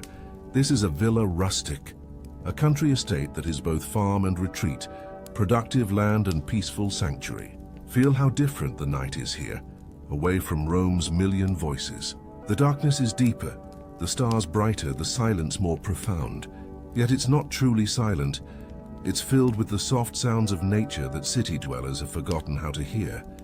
Your feet touch grass wet with dew, each blade holding tiny spheres of water that will sparkle like diamonds when dawn comes. But dawn is still hours away, and for now the dew is felt rather than seen, a cool dampness that soaks through to skin, grounding you in this rural reality. The grass has been grazed short by sheep, and their lingering scent, wool and warmth and animal contentment, pervades the air. The villa itself rises before you, not grand like an urban domus, but spreading comfortably across the landscape, integrated with its surroundings, rather than imposed upon them. The walls are local stone, weathered to the same grey gold as the hillsides. The roof tiles are made from local clay, their color echoing the earth from which they came. Approach the villa through the garden, where vegetables grow in neat rows alongside herbs and flowers. Even in darkness, the garden releases its fragrances, the sharp scent of tomato leaves, the sweetness of basil, the medicinal tang of feverfew. Each plant has been chosen not just for utility, but for the pleasure it brings, the way it contributes to the villa's self-sufficient harmony. The garden path is made of crushed gravel that crunches softly under your steps. This sound too is intentional. It announces visitors, provides security through audibility. The Romans understand that every element of a dwelling can serve multiple purposes, can be both beautiful and functional. A fountain bubbles in the garden's center, but this is not the elaborate construction of an urban home. This is water fresh from a spring, channeled through terracotta pipes emerging clear and cold from the hillside. Taste it in your imagination. It carries the flavor of limestone and ancient rain, of water that has traveled through rock for decades before emerging here. The villa's windows glow faintly with lamplight, suggesting warmth and habitation within. But we're not going inside yet. First, explore the agricultural buildings that make this estate productive as well as beautiful. The barn is massive, its wooden beams hewn from chestnut trees that stood here before Rome was founded. Inside the barn, the air is warm with the heat of animals. Cattle low softly in their sleep, their breath visible in the cool air. Horses shift their weight from foot to foot, dreaming perhaps of tomorrow's gallop across the hills. Chickens roost in the rafters, occasionally clucking in response to some disturbance in their dreams. The smell here is rich and complex: hay and manure, leather and grain, the sweet fermentation of silage. Urban Romans might find these scents crude, but they are the smells of prosperity, of land that produces more than it consumes, of the agricultural surplus that allows cities to exist at all. Climb to the hayloft and lie for a moment in the stored grass. It was cut just weeks ago at the peak of summer and still holds the warmth and fragrance of sunny days. Each strand tells the story of its growth: spring rain, summer sun, the careful timing of the harvest. This is time made tangible, seasons compressed into bales. From the loft's window you can see across the estate's fields. Wheat stubble glows pale in the moonlight, the grain already harvested and stored. Olive trees march in silver-green rows down the hillsides, their ancient trunks twisted into shapes that suggest dancing figures frozen in wood. Vineyards spread across south-facing slopes, the vines heavy with grapes that will soon be ready for harvest. This is the foundation of Roman wealth, not gold or conquest, but agriculture, the patient cultivation of land that yields its bounty year after year. Every senator is required to own agricultural land to maintain that connection to the earth that Romans believe is essential to virtue. Descend from the barn and walk toward the olive grove. The trees here are ancient, some perhaps planted by Etruscans before Rome existed. Their trunks are hollow, split, seemingly dead. Yet each spring they put forth new leaves, each autumn they produce fruit. They are living symbols of endurance, of life persisting despite apparent death. The ground beneath the olive trees is hard-packed earth, swept clean to make collecting fallen olives easier. But in the darkness you can see small movements, nocturnal insects, perhaps a toad hunting them, the endless small dramas of predator and prey that continue regardless of human presence. An owl calls from one of the trees, its voice carrying across the valley. Another answers from a distance, and for a moment the night belongs to them, these hunters who see in darkness, who navigate by sound and instinct. Their calls are territorial but also companionable, maintaining connection across the darkness. The vineyard is different from the olive grove, younger, more ordered, more intensively cultivated. The vines are trained on wooden frames, creating corridors of green that will become tunnels of shade in daylight. Now in darkness, they're mysterious pathways that seem to lead deeper into the earth's mysteries. Touch a grape cluster, feeling how the individual grapes are firm but yielding, their skins dusty with the natural bloom that will help fermentation. These grapes will become wine that might be drunk in Rome, in Gaul, perhaps even in Britannia. Each cluster is potential joy, future celebration, commerce waiting to happen. The winemaking buildings are nearby, with their great wooden presses and fermentation vessels. The air here carries the ghost of past vintages, the sweet smell of crushed grapes, the yeasty scent of fermentation, the complex bouquet of aging wine. Deep in the cellar, amphorae of previous year's wines rest in cool darkness, developing complexity, waiting for the perfect moment to be opened. Return now toward the villa, but pause at the small shrine that stands where the estate's paths converge. This is dedicated to the Lares Rurales, the rural guardian spirits, and to Ceres, goddess of grain. Fresh flowers have been placed here, wildflowers picked by children, their stems wrapped crudely but lovingly together. The shrine reminds visitors that this land is not owned but held in trust, that humans are temporary custodians of something eternal. The offerings, a handful of grain, a small cup of wine, the wildflowers, acknowledge this relationship, this need for divine approval of human agricultural efforts. Now enter the villa itself, through doors that stand open to the night air. Country Romans don't fear the darkness as urban dwellers do. Here crime is rare, and the night brings not danger but coolness, relief from the day's heat, the sounds of nature that are as comforting as lullabies. The atrium of the Villa Rustica is simpler than its urban counterpart. No elaborate impluvium, no columns of expensive marble. Instead, there's local stone, worn smooth by generations of footsteps, and wooden beams that still smell faintly of the forest. This is architecture that doesn't fight the landscape, but grows from it. The walls are painted with rural scenes, not the mythological subjects favored in the city, but realistic depictions of farm life. Shepherds with their flocks, farmers plowing, the grape harvest, olive picking.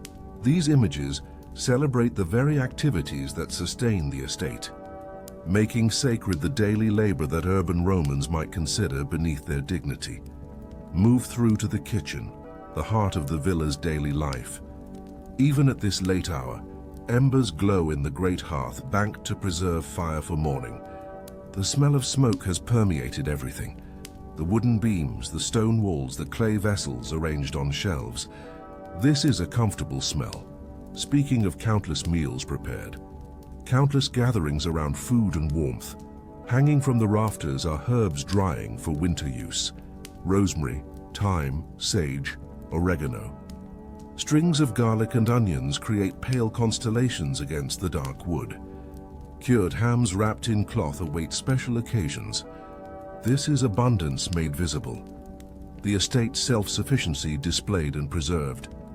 The great wooden table in the kitchen's center bears the scars of countless meals prepared.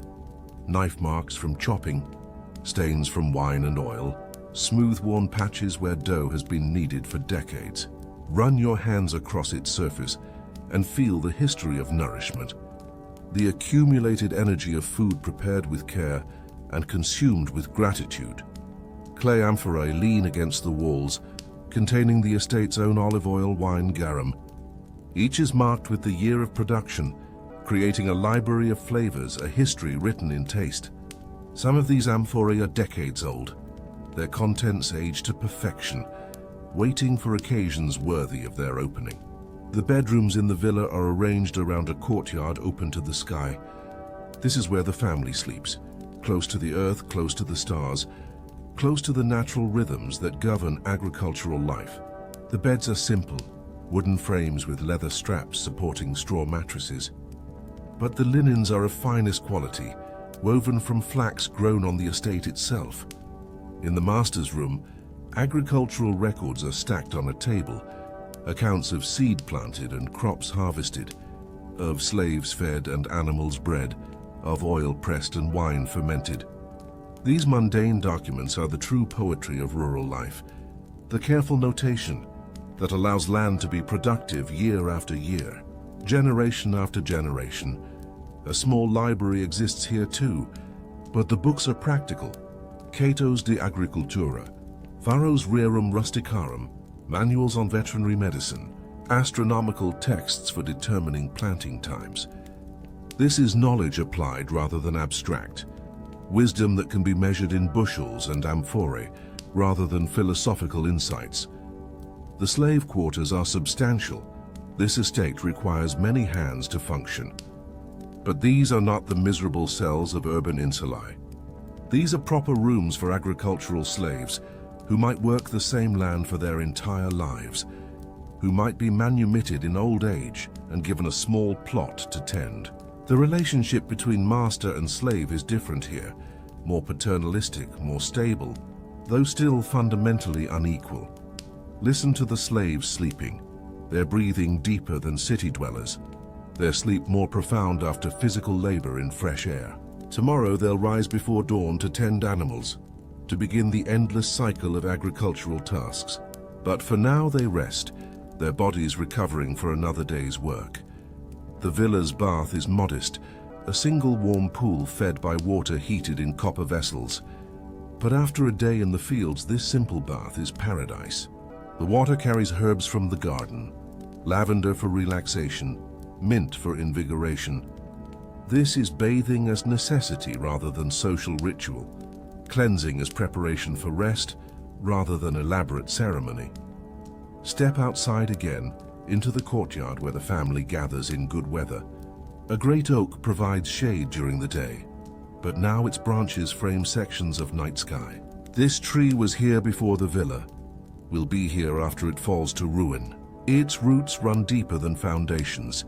Its crown reaches higher than any human construction. Sit on the bench beneath the oak and feel the accumulated warmth of the day radiating from the stone. This is where the grandfather tells stories to children, where the grandmother teaches girls to spin wool, where agricultural wisdom passes from generation to generation through casual conversation rather than formal education. The sounds of the countryside night are fully present here. The distant bark of a farm dog, the rustle of small animals in the underbrush, the wind in the oak leaves above. These sounds create a symphony of safety, each one indicating that all is well, that the estate's boundaries are secure, that the natural order continues undisturbed. A fox calls in the distance, a sound that sends chickens stirring nervously in their roost. But the farm dogs don't bark. They know the fox is beyond the estate's boundaries, posing no immediate threat. This discrimination, this ability to distinguish between real and imaginary dangers, is part of rural wisdom. The moon has moved across the sky, casting shadows at different angles, creating a new landscape from the familiar one. The olive trees throw different patterns. The vineyard rows point in new directions. The villa itself seems to shift and change. This is time made visible through shadow, the night's clock written in darkness and light. Feel how the temperature has dropped, how dew is forming more heavily now. The air carries more moisture, drawn up from the river valley below. This moisture is crucial for the plants, providing water during the dry summer months when rain is scarce. The Romans understand these microclimates, choosing building sites that maximize beneficial conditions. Walk to the estate's boundary, marked by ancient stones placed by farmers whose names are long forgotten. These markers represent law made physical, property rights carved into landscape. Yet they also represent limits, the edge of the controlled, cultivated world, beyond which lies the wild, the unowned, the dangerous. Stand at this boundary and look back at the villa, seeing it as a small island of civilization in the vast darkness. The few lit windows suggest warmth and safety, human presence maintaining its small sphere against the enormous night. This is the human condition made visible, the careful cultivation of small spaces in an infinite wilderness. But the boundary is permeable. Wild boars sometimes raid the gardens. Wolves occasionally take sheep.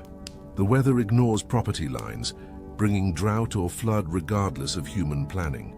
The villa exists in negotiation with nature, not in dominion over it. The agricultural slaves have small garden plots of their own, where they grow vegetables to supplement their rations. Even in darkness, you can see these plots are tended with special care, with the attention that comes from ownership, however limited. These small gardens are dreams made manifest, tiny kingdoms where slaves become masters of their own earth. The compost heaps at the estate's edge steam gently in the cool air, decomposition generating heat, death becoming life.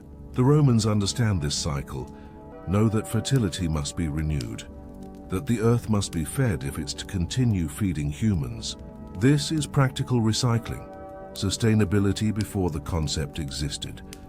A small stream runs through the estate, providing water for irrigation, power for a mill, coolness in summer heat. Listen to its voice, constant, reliable, older than Rome itself. This stream has shaped the land, carved the valley, determined where buildings could be placed and where crops would thrive. The mill wheel is still now, but during the day it turns constantly, grinding grain into flour. The mechanism is simple but effective. Water's weight converted to rotational force, nature's power harnessed for human needs. This is technology that doesn't dominate nature, but cooperates with it. Near the stream, medicinal herbs grow wild, or perhaps they were planted so long ago they've naturalized. Willow for pain, foxglove for the heart, chamomile for calm. The knowledge of these plants is older than writing, passed down through oral tradition, through careful observation of what heals and what harms. The estate has its own cemetery, where generations of the family rest. Simple stones mark the graves, inscribed with brief Latin phrases. He lived well. She was beloved. They rest in peace. Death is more present in rural life, more accepted, seen as part of the same cycle that brings spring after winter, new growth after harvest. Visit the graves in your imagination, feeling how they're not separate from the estate but part of it. The ancestors still present in the land they worked. Their bones have become part of the soil, their memory part of the estate's character. This is immortality of a different kind. Not fame in Rome, but continuation in the land. The night is at its deepest now, that profound darkness before any hint of dawn. The villa seems to breathe slowly, deeply, like a large animal at rest. Every board creaks slightly, every stone settles minutely, the whole structure adjusting to the cool night air. In the distance, very faintly, you can hear church bells. No, that's wrong. There are no churches yet. It's bronze bells from a small temple to Ceres, rung by a priest marking one of the night's religious observances. The sound carries far in the still air, reaching isolated farms, reminding all who hear that they're part of a larger community. The stars wheel overhead, the same constellations the farmers use to mark planting and harvesting times. The Pleiades, whose rising signals the time to sow. Arcturus, whose setting warns of storms. This is practical astronomy, the sky serving as calendar and clock for those who know how to read it. A bat flickers past, hunting insects attracted to the villa's lights. Its echolocation clicks are just at the edge of hearing, a reminder that the night is full of senses beyond human capability, full of creatures navigating darkness with ease. The bat is beneficial, eating insects that would otherwise damage crops, another example of the estate's complex ecology. The granary stands solid and secure, its contents representing survival through winter. Seed for next year's planting, surplus for trade. The grain rustles occasionally as mice attempt to breach its defenses, but the walls are solid, the doors tight. This is wealth in its most fundamental form. Food security, the basis of all civilization. Feel how different tiredness is here in the country night. It's not the exhaustion of urban stress, but the satisfying fatigue of physical work, of bodies used as they were designed to be used. Sleep here is deeper, dreams more vivid, morning awakening more natural, tied to the sun rather than arbitrary schedules. The villa begins to fade, but slowly, gently. You're not leaving so much as drifting. Like smoke from the dying embers in the kitchen hearth, the solid walls become translucent, the sounds soften and blur, the scents dissipate into memory. You're rising now, lifted not by your will, but by the dream's current, carried upward like a seed on the wind. Below, the villa shrinks to a point of warm light in the vast darkness, one small human establishment in the endless countryside. Higher still, and you can see other villas, other points of light, the whole landscape dotted with human presence but not dominated by it. This is the Roman countryside, cultivated but not conquered, productive but not enslaved. A negotiation between human need and natural rhythm. The next transition is beginning. The earthy scents fade, replaced by something thinner, more ethereal. You're moving beyond the physical world now, into the realm of dreams within dreams, where Roman priests and augurs read the future in smoke and bird flight, where the boundary between human and divine becomes permeable. Listen now, not to the world outside, but to the mind within. We are floating high above the sleeping city, above the Capitoline Hill where Jupiter's great temple crowns Rome's sacred heights. Here, where the boundary between earth and sky grows thin, the Pontifex Maximus and his fellow priests maintain the Pax Deorum, the peace between gods and mortals that keeps Rome strong. Their gentle, hypnotic chants drift through the night air like incense smoke, their words not meant for human understanding but for older, deeper powers. You are suspended in that space between waking and sleeping, between earth and heaven, where Roman priests have always worked their sacred mysteries. This is not the rational Rome of aqueducts and legions, but the mystical Rome of auguries and omens, where every flight of birds carries meaning, where thunder speaks divine will, where dreams are messages from realms beyond mortal comprehension.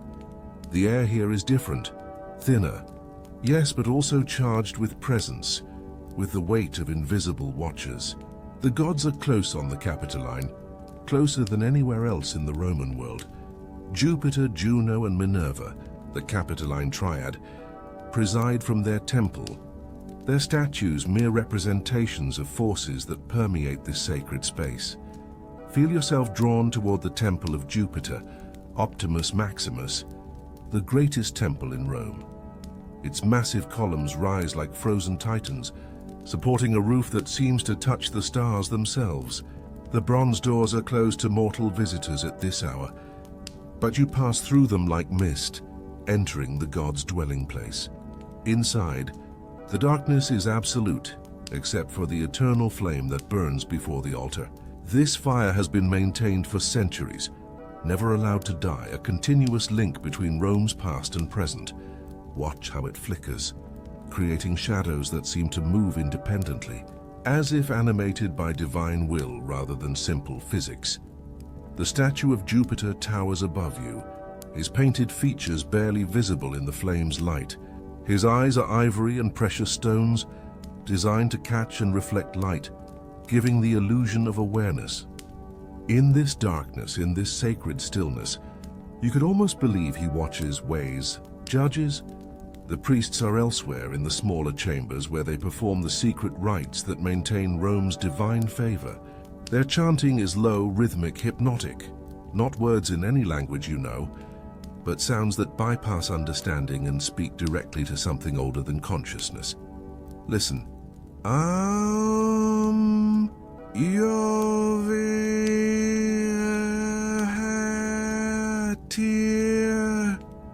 The vowels stretch and blend, creating harmonics that seem to make the temple stones themselves vibrate. This is prayer as sound sculpture, worship through resonance, communication with gods through frequency rather than meaning. The floor beneath you is marble from the quarries of Luna, white as moonlight, cold as winter streams. But here in the temple's heart, you feel not cold but a different kind of warmth. The accumulated devotion of millions of Romans who have prayed here, left offerings here, sought divine guidance here. Rise now, float upward through the temple roof. You are unbound by physical laws in this dream space. From above, you see the whole Capitoline complex spread below. Temples, shrines, sacred groves, all arranged according to principles both architectural and mystical. The layout itself is a prayer, a geometric offering to powers that appreciate order. The augurs are at work on the arcs, the northern summit of the Capitoline, where they observe the flight of birds to determine divine will. They stand motionless, watching the night sky with trained patience, reading significance in every wing beat, every call, every deviation from expected pattern. One augur, older than the rest, his beard white as temple marble, raises his curved staff, the litius, and traces a section of sky. This is the templum, the sacred space within which signs will be read. Any bird that enters this invisible boundary becomes a messenger, its behavior a text to be interpreted. An owl crosses the designated space, flying from east to west, calling 3 times. The augurs nod slowly, understanding. This is a favorable sign for journeys, for ventures begun under night's protection. But wait, Another bird follows, a raven, its black form nearly invisible against the dark sky.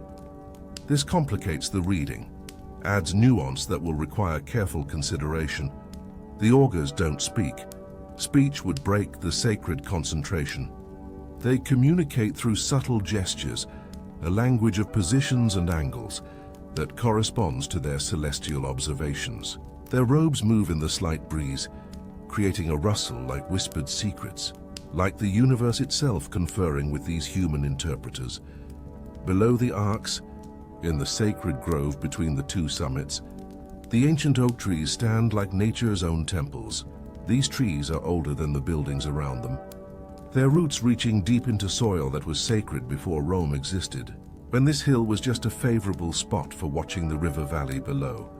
Each tree has its own numen, its own divine presence. The priests know each tree individually, know which ones are favorable for certain rituals, which ones must never be touched, which ones speak through the rustling of their leaves. Tonight the trees are silent, their leaves still, as if they too are listening to the cosmic conversation happening above. Move now to the Regia, the office of the Pontifex Maximus, where the sacred records are kept. Here are the Annales Maximi, the yearly records of prodigies and portents, of eclipses and earthquakes, of two-headed calves and statues that wept blood. These are not superstitions to the Romans, but data points in the ongoing dialogue between human and divine. The current Pontifex Maximus, in your time it might be Julius Caesar, or Augustus, or any of the great holders of that office, sleeps in his chamber. But his sleep is not ordinary. As the chief bridge builder between worlds, for that is what Pontifex means, his dreams are themselves a form of divine communication. Watch his sleeping face, see how his eyes move beneath closed lids, tracking visions invisible to us. His lips move occasionally, forming words in the ancient language of ritual, words that were old when Rome was young. He is traveling in his sleep, visiting the realm where gods dwell, negotiating for Rome's continued prosperity. In his dream, and now it becomes your dream too, you see the founding of Rome itself. Romulus marking the sacred boundary, the pomerium with his plough.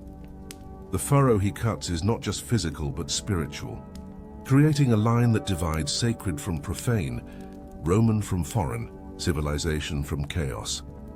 But the dream shifts as dreams do, and now you see all the cities Rome has conquered, all the gods Rome has absorbed into its pantheon. For Rome's genius is not in destroying other religions, but in incorporating them, finding correspondences between foreign gods and Roman ones, creating a universal theology that can embrace the entire world.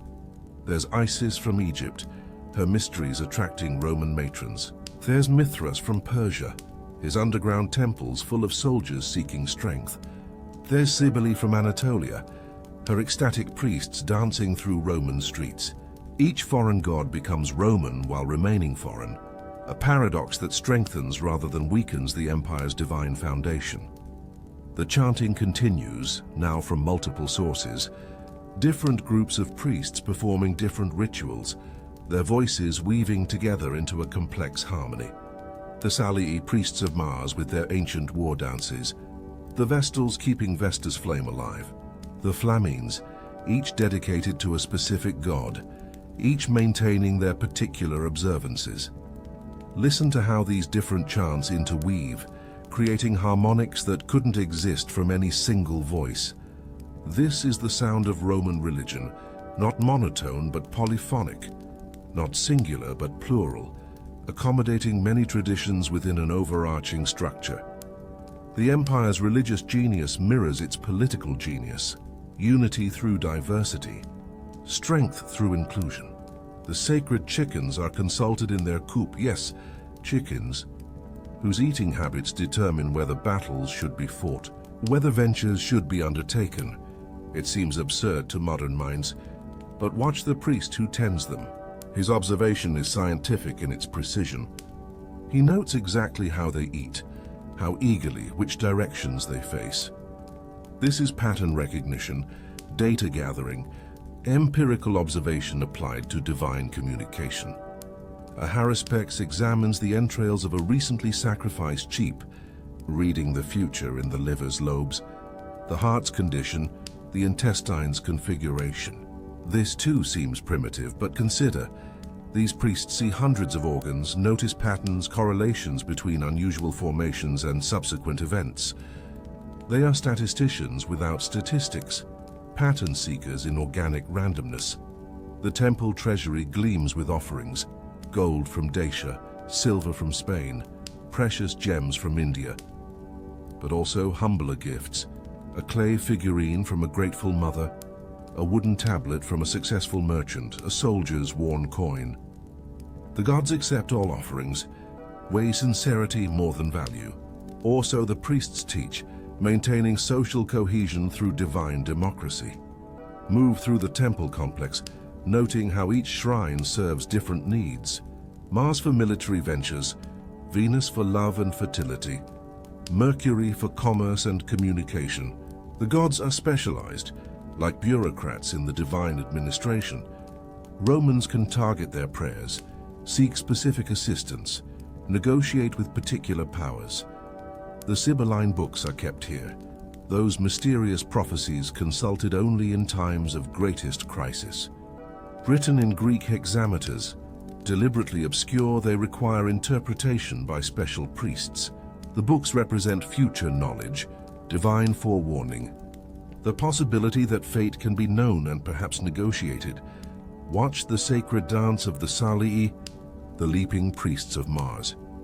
Even in the depths of night, they practice their complex movements, their ancient songs. The dance is a prayer made physical, worship through motion, communication through choreography. Each leap has meaning, each gesture significance, though the understanding has been lost and only the movements remain. The Vestal virgins sleep in their house near the temple of Vesta, all but one who maintains the eternal flame. Their virginity is Rome's purity, their chastity the empire's virtue. They embody an ideal that may never have existed, but provides moral anchor in a pragmatic world. Their presence reminds Romans that some things must remain inviolate. Feel the weight of tradition in this place. Every stone has been placed according to ancient rules. Every ritual follows forms established centuries ago. Innovation is dangerous here. The gods appreciate consistency, expect certain behaviors, punish deviation. This conservatism provides stability in a changing world, continuity across generations. Yet change creeps in. New gods arrive with conquered peoples, new rituals develop to address new circumstances. The religion adapts while claiming eternal unchangeability. This flexibility, disguised as rigidity, allows Roman religion to survive, to incorporate, to evolve without seeming to evolve. The astrologers work in their tower, mapping the heavens, calculating planetary positions, casting horoscopes. This is where religion meets science, where observation becomes divination. The stars' movements are predictable, mathematical, yet also meaningful, prophetic. The astrologers bridge rational and mystical, finding messages in mechanics. A comet has been observed, its appearance carefully noted in the records. Is it an omen of disaster or triumph? Previous comets are consulted, their appearances correlated with subsequent events. Patterns are sought, meanings proposed, interpretations debated. The comet means what Rome needs it to mean. The temple cats prowl the sacred precincts, hunting mice that threaten grain offerings. These cats are considered sacred to Isis, their presence tolerated despite traditional Roman preferences. They move through the temples like small gods themselves, independent, mysterious, acknowledging no human authority. Listen to the sound of bronze bells, rung at specific intervals through the night. Each bell has its own tone, its own meaning. They mark religious observances, call priests to duties, warn of spiritual dangers.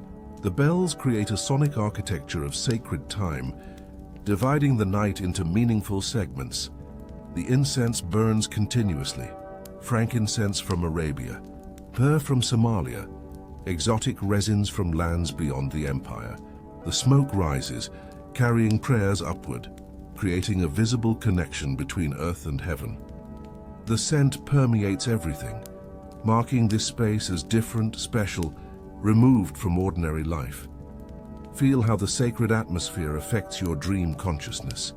Thoughts move differently here, following ritual patterns rather than logic. Time flows in circles rather than lines. Past, present, and future blend in eternal recurrence.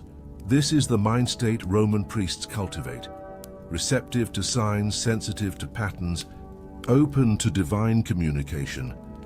The archives contain records of every prodigy, every omen, every divine sign observed in Roman history. Rains of blood, speaking statues, monstrous births, all carefully documented, categorized, analyzed for meaning. This is big data, ancient style, the accumulation of anomalies that might reveal divine intent. A priest performs the lustration, the ritual purification of the temple. He sprinkles sacred water, burns purifying herbs, speaks formulaic words. The ritual cleanses spiritual pollution, maintains divine favor, ensures continued protection. It's preventive maintenance for the soul of Rome. The sacred books are consulted, not just the Sibylline prophecies, but the pontifical records, the augural protocols, the ritual manuals. This is the technology of religion, the accumulated knowledge of how to interact with divine powers. Each generation adds to this knowledge, refines techniques, improves efficacy. Watch the preparation of tomorrow's sacrifices. The animals must be perfect, no blemishes, no defects, no signs of illness. They're examined with the care of a modern veterinarian, their perfection essential for divine acceptance. The gods deserve the best, and Rome provides it, demonstrating prosperity through quality offerings. The sacrificial knives are sharpened, blessed, wrapped in sacred cloth. Tomorrow they'll end lives to preserve life, kill individuals to save the collective. This paradox lies at sacrifice's heart: destruction as creation, death as renewal, violence as peace. The priests understand this without articulating it. A sacred snake is fed in the temple of Salus, goddess of health and welfare. The snake's appetite indicates Rome's future health. Eagerly eating means prosperity. Refusing food means trouble ahead. The snake is oracle and pet, divine messenger and reptilian barometer. The temple prostitutes, for yes, they exist, serving certain foreign gods, sleep in their quarters. Their sexuality is sacred, their services religious, their earnings temple income. They embody the paradox of sacred profanity, the coincidence of opposites that characterizes mystery religions. Move to the boundary of the sacred precinct, where the holy meets the mundane. Here vendors sell religious items, amulets, curse tablets, votive offerings. Commerce and faith intertwine, each supporting the other. The sellers are not cynical but practical, understanding that religion requires material support. The night is deepest now, the time when the boundary between worlds is thinnest. This is when gods walk among mortals, when the dead visit the living, when prophecies are received. The priests know this, time their most sacred rituals for these liminal hours. A shooting star crosses the sky, a soul ascending to join the gods, or a god descending to earth. The interpretation depends on circumstances, on need, on what meaning best serves Rome. The priests are meaning makers, transforming random events into significant communications. The sacred grove rustles without wind, the trees speaking, or just settling in the night's cool. Every sound here carries potential meaning, might be divine communication, could be critically important or completely mundane. This uncertainty maintains religious attention, keeps priests alert to possibility. Feel the accumulated power of this place. Centuries of worship, millions of prayers, countless sacrifices. The very stones are saturated with belief, with hope, with fear. This psychic residue affects all who enter, creating experiences that reinforce belief, that seem to prove divine presence. The chanting reaches a crescendo, multiple voices harmonizing in ways that create acoustic illusions, words that weren't spoken, melodies that weren't sung, meanings that weren't intended. This is the technology of transcendence, using sound to alter consciousness, to open channels to other realities. Then sudden silence, complete, absolute, profound. The absence of sound is more powerful than its presence, creating a vacuum that demands filling. In this silence, priests claim to hear divine voices, receive visions, understand mysteries. The silence speaks louder than any chant. A single bell rings, marking the transition between ritual phases. Its bronze voice carries across the sleeping city, perhaps waking some, reminding all who hear that the gods are being served, that proper rituals are being performed, that Rome remains in divine favor. The Pontifex Maximus stirs in his sleep, his dream shifting to show Rome's future, not the actual future, which includes decline and fall, but the eternal future of Roman imagination, where the empire extends forever, where peace reigns eternal, where gods and mortals maintain their beneficial alliance. In this dream future, all peoples are Roman, all gods are honored, all conflicts are resolved. It's a vision of universal harmony achieved through Roman order, divine peace through human administration. The dream ignores the contradictions, the impossibilities, the inevitable entropy. Dreams don't require logic. As the sacred night begins to fade, as the first hints of dawn approach the eastern horizon, the priests prepare for morning rituals. The night shift of divine service ends, the day shift prepares to begin. But the sacred work never stops, just changes form, adapts to light instead of darkness. You're being pulled away from the Capitoline, drawn by dream currents toward the more material world. The temples recede but don't disappear. Their influence extends throughout Rome, throughout the empire, throughout time. You carry their blessing and their burden, their promise and their threat. The last sound from the sacred heights is a whispered prayer, a priest's private devotion at the edge of sleep. The words are unclear, but the emotion is universal. Hope for protection, fear of abandonment, gratitude for survival, anxiety about tomorrow. These are the prayers that truly matter, the honest communications between human and divine. As you descend from the Capitoline, feel how the air thickens, becomes more ordinary, loses its charged quality. You're returning to the world of matter from the world of spirit, to the realm of physics from the realm of metaphysics. But something of the sacred remains with you, a residue of transcendence that colors ordinary experience. The transition is beginning. The mystical yields to the mechanical. You're approaching the aqueducts, where Roman genius expresses itself not through ritual, but through engineering, where water replaces incense, where stone channels replace sacred groves. Yet even the aqueducts have their mysteries, their own form of worship through perfect function. The quiet chants are replaced by something altogether more powerful, the relentless, pure rush of water through stone. We are inside the massive tunnels of the Roman aqueduct system, the city's cardiovascular system, where millions of gallons flow continuously from mountain springs to urban fountains. This is the sound of perfect engineering, of human ingenuity directing natural force of cold. Clean mountain water traveling miles through darkness to emerge in the city's light. You are deep underground now, in the hidden channels that make Roman civilization possible. Feel the immediate change. The air is cooler here, thick with moisture, alive with the sound of moving water. The tunnel stretches endlessly in both directions, a perfect geometric progression through solid rock, declining at precisely the angle needed to maintain flow without erosion. The water moves with purpose, with destiny. It knows where it's going. To the fountains where citizens drink, to the baths where they cleanse, to the gardens where beauty is cultivated.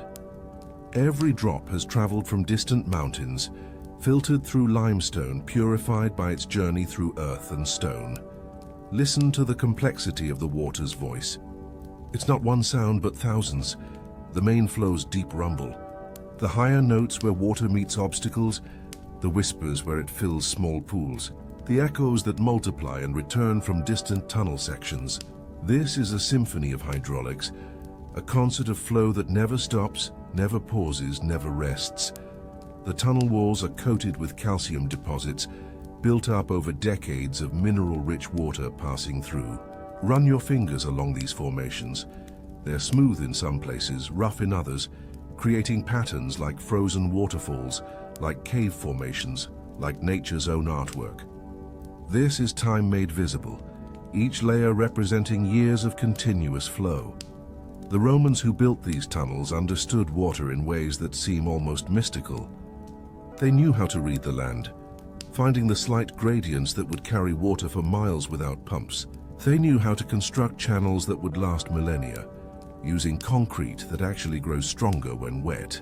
They knew how to create a system so robust that it would continue functioning long after the empire that built it had fallen. Move with the water's flow, let it carry you through the darkness. The tunnel occasionally opens into larger chambers where the flow slows, where sediment settles, where maintenance workers can access the system. These chambers echo with the sound of falling water, creating an acoustics that would make musicians weep with envy. In one chamber, you see the remnants of construction, tool marks on the walls, places where the rock resisted and required extra effort, spots where different work crews met and had to reconcile their slightly different tunnel alignments. These imperfections make the achievement more remarkable, evidence of human hands solving problems, adapting, persevering. The water itself is remarkably pure, especially by ancient standards. The journey through rock and gravel has filtered out impurities. The limestone has added beneficial minerals while neutralizing acids. The constant movement has prevented stagnation. This water is healthier than what most of humanity drinks even in your time. Feel the water's temperature, consistently cool, regardless of the season above. In summer, this water will emerge as blessed relief from heat. In winter, it will seem warm compared to the frozen world above. The mountains regulate its temperature, the earth insulates it, the journey stabilizes it, the tunnel branches occasionally, dividing the flow according to carefully calculated proportions. This much to the Palatine Hill for the emperor's palaces, this much to the Campus Martius for the public baths, this much to the Subura for the crowded apartments of the poor. Even in its distribution, the water follows the hierarchies of Roman society. At each division point, bronze gates control the flow, their mechanisms corroded green but still functional. These gates can be adjusted to compensate for seasonal variations, to redirect water during repairs, to punish districts that fail to pay their water taxes. Control of water is control of life itself in a city of 1 million souls. Listen for the other sounds that accompany the water's flow, the occasional drip from the ceiling where groundwater seeps through, the scurry of rats who have found their way into this underground highway, the flutter of bats who roost in the darker sections.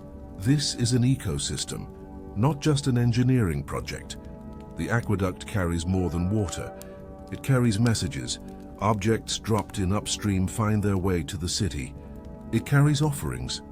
Flowers thrown in at sacred springs arrive at urban fountains. It carries time itself. Water that fell as rain when Augustus was young arrives when he is old. A liquid connection between past and present. Occasionally, the tunnel opens to the surface through ventilation shafts. Circles of night sky appear above, stars reflected in the moving water below. These shafts also serve as access points for maintenance, and you can see iron rungs hammered into the stone, worn smooth by countless hands and feet. A maintenance crew's marks are visible on the walls, dates of inspections, notes about repairs needed, sometimes just the names of workers wanting to leave their mark on eternity. Marcus was here, scratched in Latin. The 15th year of Trajan's reign, this section was cleaned. These humble graffiti are history too, the voices of workers whose labor kept civilization flowing. The gradient is so precise that the water seems to move without effort, as if drawn by some force other than gravity. But this is the genius of Roman engineering. to work with natural forces so seamlessly that the result seems magical rather than mechanical. The water wants to flow downhill. The Romans simply gave it the perfect path. In some sections, the tunnel is cut directly through solid rock, the marks of chisels still visible after centuries. Calculate the labor involved. Slaves and workers chipping away stone inch by inch, following the surveyor's marks, trusting that their tunnel would meet its destination. This is faith embodied in engineering. Other sections use concrete pipes, their joints sealed with lead and clay.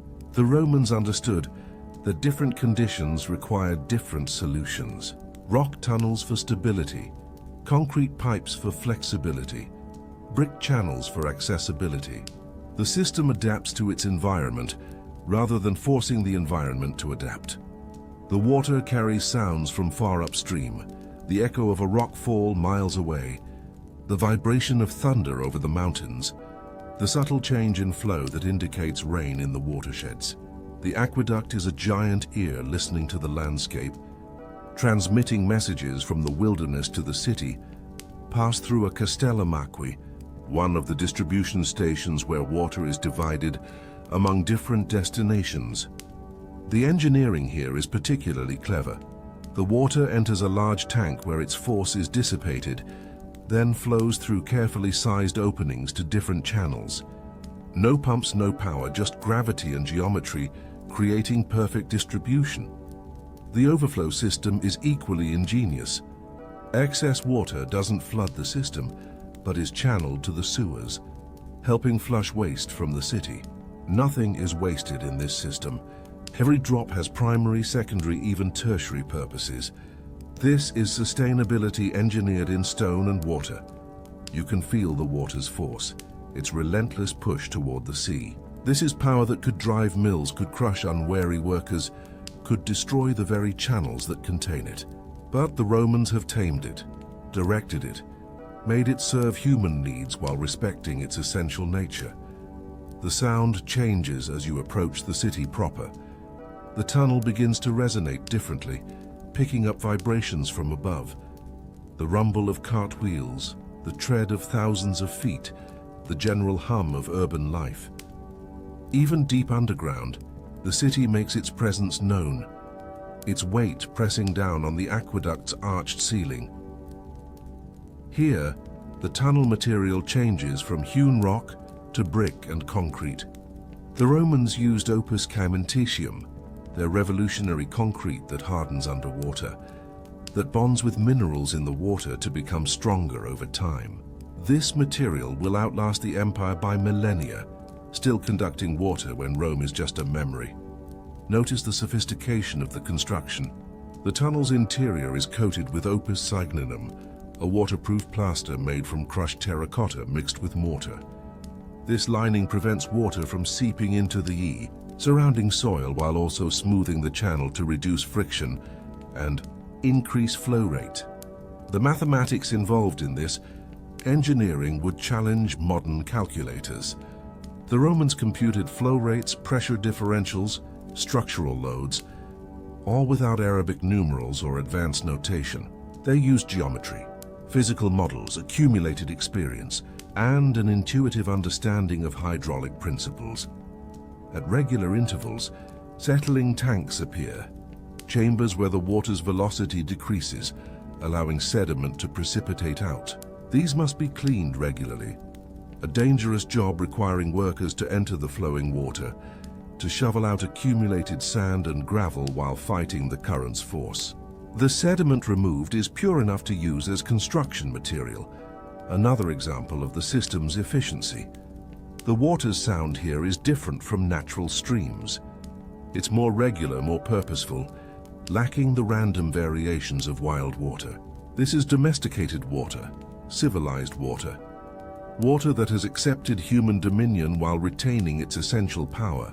It flows not according to nature's whims, but to human design. Yet there's something hypnotic about this regularity. The constant rush creates a white noise that drowns out thought, that induces a trance-like state. Workers in these tunnels report strange experiences, visions, voices in the water, the feeling of being watched by ancient presences. Perhaps it's oxygen deprivation, perhaps echoes playing tricks, or perhaps the water carries its own consciousness. The aqueduct passes under temples, forums, markets, homes. Each space above adds its own resonance to the tunnel's acoustics.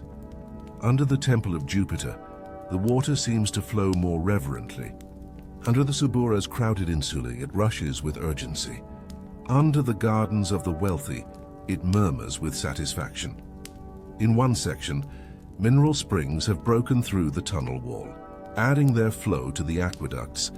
This water is different, warmer, rich with sulfur and iron, considered medicinal by Roman physicians. It mingles with the mountain water, creating swirls of different temperatures and densities, visible as shimmer in the flow. The Romans have learned to read these waters, clear cold water from the Aqua Marcia for drinking, slightly turbid water from the Aqua Alciatina for irrigation, warm mineral-rich water for the baths. Each source has its purpose, its destination, its specialized use in the complex metabolism of the city. You pass inspection points where water quality is tested, simple but effective methods. Clarity checked by looking through a standard depth, taste tested by specialized slaves whose palates can detect minute contamination, temperature measured by touch.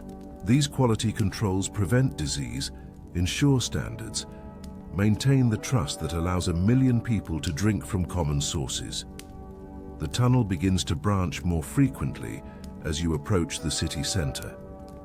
Like a tree's roots in reverse, the single main channel divides into dozens, then hundreds of smaller pipes. Clay, lead, bronze, each material chosen for specific purposes, each with its advantages and dangers. The lead pipes are controversial even in Roman times. Some physicians claim they cause illness, especially the gout that afflicts so many wealthy Romans. But the water's high mineral content quickly coats the pipe's interior with scale, creating a barrier between water and lead.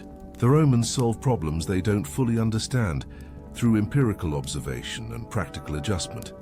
Sound travels strangely through these pipes. Conversations from distant fountains arrive as whispers. The splash of someone filling an amphora echoes back through the system. The entire network becomes a communication system, carrying sound as well as water, connecting the city through liquid vibration. Emerge now into one of the terminal Castellum Aquae, where the aqueduct finally releases its burden. The water cascades into a large basin, aerating as it falls, releasing the gases absorbed during its underground journey. The sound here is triumphant, water celebrating its arrival, its successful journey from mountain to metropolis. From this basin, pipes carry water to its final destinations, to the public fountains where citizens gather each morning with their clay jars, to the baths where bodies are cleansed and social bonds maintained, to the gardens where beauty is cultivated with careful irrigation, to the workshops where water powers mills, cools forges, washes raw materials. Watch the water emerge from a fountain spout, its first sight of sky since entering the aqueduct system miles away. It sparkles in moonlight, seems almost surprised by its freedom, its return to the open air. Children will play in this water tomorrow.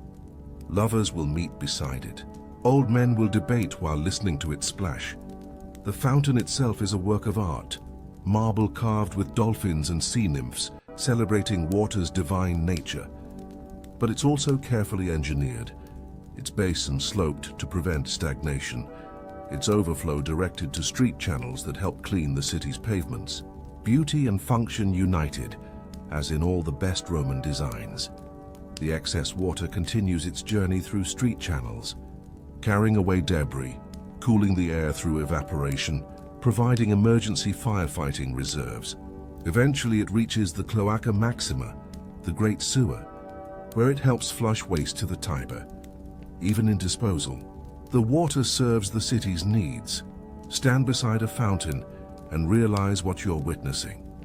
The end point of one of humanity's greatest engineering achievements. Water that fell as snow on distant peaks now flows freely in the city's heart. Gravity has been enlisted as Rome's servant. Topography turned to human advantage. Nature's cycles incorporated into urban life. The system's reliability has made Romans forget its miraculous nature. They turn fountain handles with the same casual expectation that future humans will flip light switches. Only when aqueducts are cut by invading armies, when the water stops flowing, will Romans remember that their civilization depends on this continuous liquid lifeline. But the water doesn't care about human forgetfulness. It continues its eternal cycle.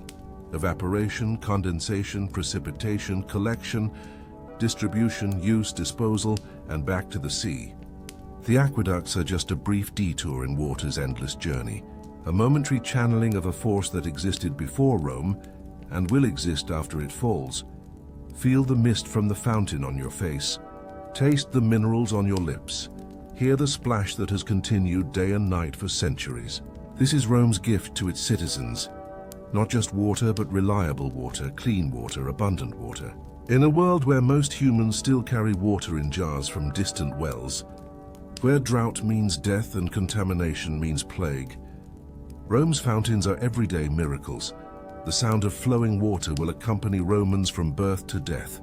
Babies are bathed in it. Children play in it. Adults work with it. The elderly sit beside it for comfort. It's the soundtrack of Roman life, so constant it becomes invisible, noticed only in its absence. As you prepare to leave the aqueduct's domain, carry with you an appreciation for this achievement. 11 aqueducts supply Rome, bringing 300 gallons per person per day, more than many modern cities provide. This abundance shapes Roman culture. The baths, the fountains, the gardens, all impossible without this engineered plenty. The water's sound begins to fade, but not abruptly. It transforms, becomes less focused, more diffuse. You're moving from the concentrated flow of the aqueduct to the distributed presence of water throughout the city. Every fountain whispers, every bath murmurs, every garden irrigation channel adds its voice to the urban water chorus. You're being drawn to your next destination, but water will accompany you. It's in the humidity of the air, the dew on stone, the fog rising from the Tiber. Water is Rome's element, its blessing, and sometimes its curse when the river floods. But tonight, in this perfect suspension between sleep and waking, water is simply presence, flow, the liquid continuity that connects all parts of the city. The aqueduct tunnel is behind you now, but its gift continues. Tomorrow citizens will wake and drink clean water without thinking of its journey. They'll bathe in heated pools without considering the engineering that fills them. They'll enjoy fountains' beauty without recognizing the calculation behind their placement. This unconscious dependence is the aqueduct's greatest triumph, to make the miraculous mundane. The sound of the flowing water recedes as we step onto the silent market street. All the energy of the forum has been suspended for the night, held in abeyance until dawn returns commerce to these ancient stones. The rough cobblestones are cool beneath the moonlight, worn smooth in paths where countless feet have trod, still rough in corners where traffic rarely ventures. You can smell the leftover scent of the day's commerce, wine soaking into stone, grain dust settled in crevices, the lingering sweetness of imported dates, the sharp tang of garum, that fermented fish sauce Romans add to everything. This is the Subura market, not the grand Forum Boreum where cattle are sold, nor the elegant Forum Holitorium, where vegetables arrive fresh each morning, but the everyday market where ordinary Romans buy their daily bread, their rough wine, their small luxuries. By day, this street throbs with life. Vendors shouting, customers haggling, children darting between stalls, dogs fighting over scraps. But now, in the deep night, it belongs to shadows and memories. The wooden stalls have been folded away, their planks leaning against walls, waiting for tomorrow's resurrection. But evidence of the day's trade remains everywhere. Here a crushed grape releases its last sweetness into the night air. There a scatter of wheat grains attracts nocturnal mice. Fish scales glitter like tiny mirrors, where the moonlight catches them. Remnants of the morning's fresh catch from Ostia, Walk slowly through this temporary emptiness, feeling the textures beneath your feet change. Smooth where wheels have worn tracks, rough where repairs have been made with cheaper stone, slippery where oil has soaked so deep that no amount of cleaning can remove it. Each texture tells a story of commerce, of goods moved, deals made, fortunes won and lost. The buildings that line the street lean over it, their upper stories almost touching, creating a canyon of commerce. During the day, awnings stretch between them, providing shade for customers and goods. Now the mounting points for these awnings create regular shadows, a rhythm of dark and light that leads you deeper into the market's heart. In doorways, homeless citizens curl beneath threadbare cloaks, seeking shelter where they can find it. One mutters in his sleep, perhaps dreaming of better times, of when he too was a customer rather than a casualty of Rome's brutal economy. His presence reminds you that for all its glory, Rome has its forgotten ones, those who fall through the cracks of empire. A cat stalks through the shadows, intent on the rats that feast on scattered grain. This is the night shift of the market, the predators and scavengers who clean up after human commerce. Watch the cat's patience, its absolute focus, the sudden explosive movement when it strikes. This too is commerce of a sort, the economy of survival that underlies all human trading. The smell of bread drifts from a bakery that never fully sleeps. The ovens must be started hours before dawn to have fresh loaves ready when the market opens. Through a crack in the shutters, you can see the orange glow of fires. Hear the soft conversation of bakers preparing for another day's work. They speak in the mixture of Latin and Greek that is the Subura's dialect, discussing flour quality, comparing yeasts, complaining about prices. One baker emerges briefly, throwing a bucket of water across the stones in front of his shop. The water carries flour dust and yeast, creating a brief cloud of bread scent that makes your dream stomach remember hunger. He notices nothing unusual in the night, returns to his ovens, leaving only wet stones that will be dry by dawn. The wine shop's amphorae stand in rows, their pointed bottoms nestled in sand, their sealed tops promising intoxication for tomorrow's customers. Some are local wines, harsh and cheap, designed to dull the pain of difficult lives. Others are imported, Falernian, Chian, Lesbian, expensive pleasures for those who can afford them. Each amphora is marked with its origin and year, a library of vintages waiting to be consumed. A few drops of wine have leaked from one amphora, creating a small puddle that reflects the stars. In this reflection, the cosmos seems to swirl, the universe contained in a splash of fermented grapes.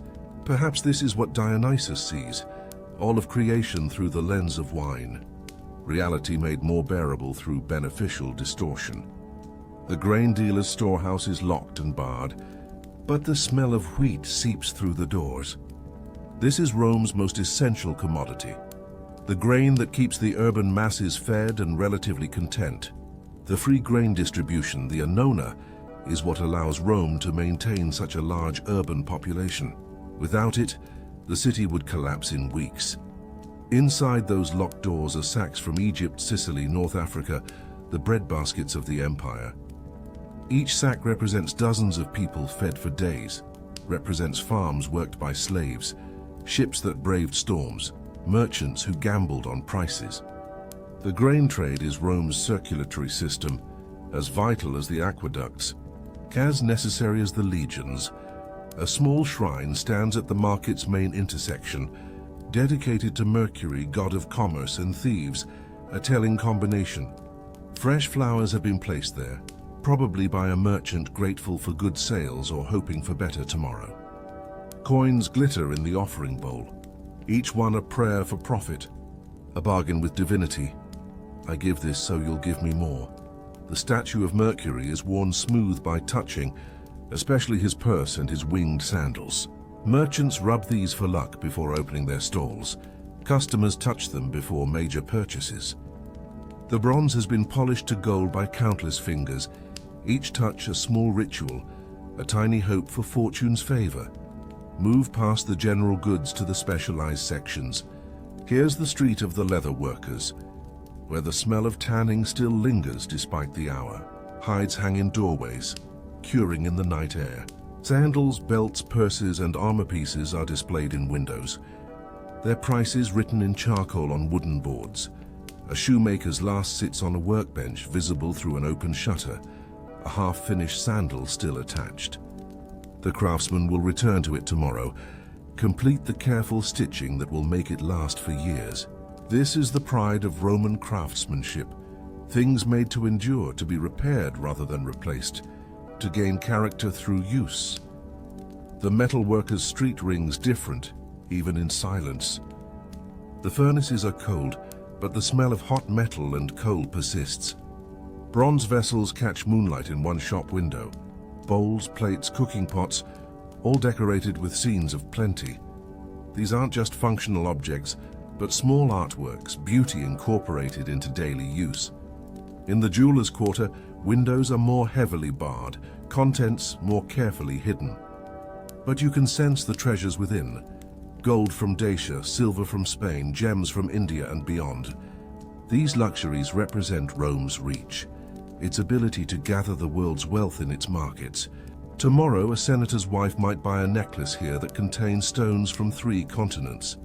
The fabric seller's street still holds the scent of dyes, purple from murex shells, red from madder root, yellow from saffron, blue from woad. Bolts of cloth are visible through shop windows, their colors muted in moonlight, but still suggesting the vivid hues that will emerge in daylight. Silk from China, cotton from India, wool from Britain, linen from Egypt. The entire world's textiles converge here. A small altar to Minerva, goddess of crafts, stands in the weavers section. The offerings here are different, not coins but samples of exceptional work. A perfectly woven patch of cloth, a complex pattern executed flawlessly, a new dye combination that creates an unprecedented color. These are prayers in fiber form, devotion expressed through skill. The street of the scribes and booksellers is quieter, more refined. Here the merchandise is knowledge, scrolls, wax tablets, writing implements. The smell is of papyrus and ink, of wisdom made portable. Through one window, you can see scrolls in their pigeonholes, each one someone's thoughts made permanent, someone's words waiting for readers. A small table outside one shop holds discount scrolls, last year's poetry, outdated histories, philosophical treatises that never found their audience. Even knowledge has its fashions, its hot sellers and its remainders. Tomorrow a student might find exactly what he needs among these discards, wisdom made affordable by unpopularity. The spice market, even closed, fills the air with complex fragrances. Pepper from India, cinnamon from Ceylon, frankincense from Arabia. Each spice has traveled thousands of miles to reach this street. The spice trade is what drives exploration, what pushes Roman merchants to venture beyond the empire's borders, seeking direct routes to sources. In one spice shop, samples are displayed in small bowls, allowing customers to smell before buying. Even now, hours after closing, these bowls release their fragrances into the night. Close your eyes and you can travel the world through scent. The hot winds of African deserts, the humid forests of India, the mountain meadows of distant Asia. The fishmonger's section is less pleasant at night. Despite daily cleaning, the smell of fish permeates everything. The stones are permanently stained with scales and blood. But this too is part of Rome's reality. Not all commerce is pleasant. Not all necessary trades are dignified. The fishmongers provide protein for the masses, garum for flavoring, specialty fish for wealthy tables. A fountain in the middle of the fish market runs continuously, its water used during the day for cleaning, for keeping fish fresh. Now it runs clear, washing away the last traces of the day's trade. The sound of water here is different from the aqueduct's rush. Gentler, more domestic, water tamed for mundane purposes. The butcher's street has its own character, more substantial, more permanent. Meat is expensive in Rome, a luxury for most. The shops here cater to different clientele. One sells only pork, Another specializes in game. A third offers exotic meats for those who want to impress at dinner parties. Metal hooks hang empty now, but tomorrow they'll hold carcasses, cuts, organs. Everything is used in Roman cooking. Nothing is wasted. What can't be sold fresh will be made into sausages. What can't be eaten by humans will feed dogs. What dogs won't eat will be rendered for other purposes. A small shrine to the Lares Compitales, the gods of the crossroads, marks where several market streets meet.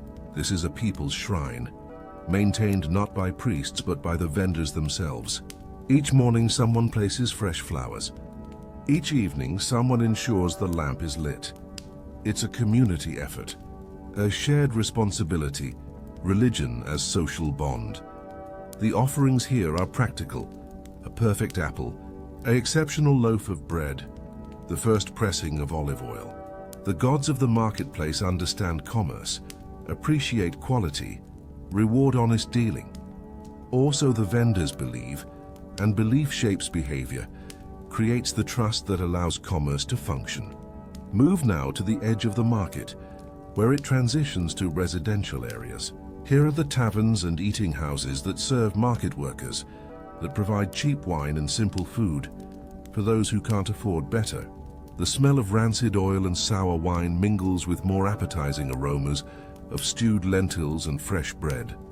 One tavern's door stands slightly open, forgotten in the owner's drunken departure. Inside, amphorae lean against walls. Rough wooden tables bear the scars of countless conversations. Dice lie abandoned mid-game. This is where market workers unwind, where deals are really made, where information is exchanged over cheap wine. The graffiti on the tavern walls tells stories, political slogans, crude jokes, declarations of love, announcements of commercial opportunities. Marcus sells the best garum. The emperor is a fool. Livia has beautiful eyes. Ship arriving from Alexandria next week. This is social media. Roman-style communication through vandalism.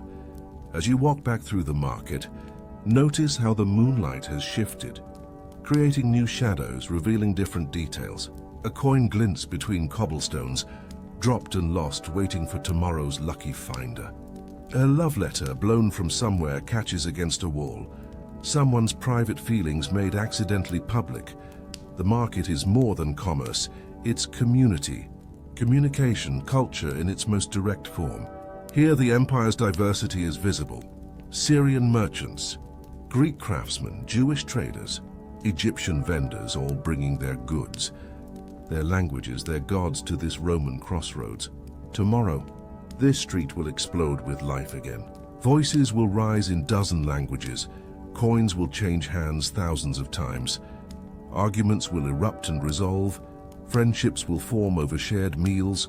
Romances will begin with glances across crowded stalls. But tonight it rests, gathering energy for another day's performance. The silence here is not empty but pregnant with potential. Every closed stall will open.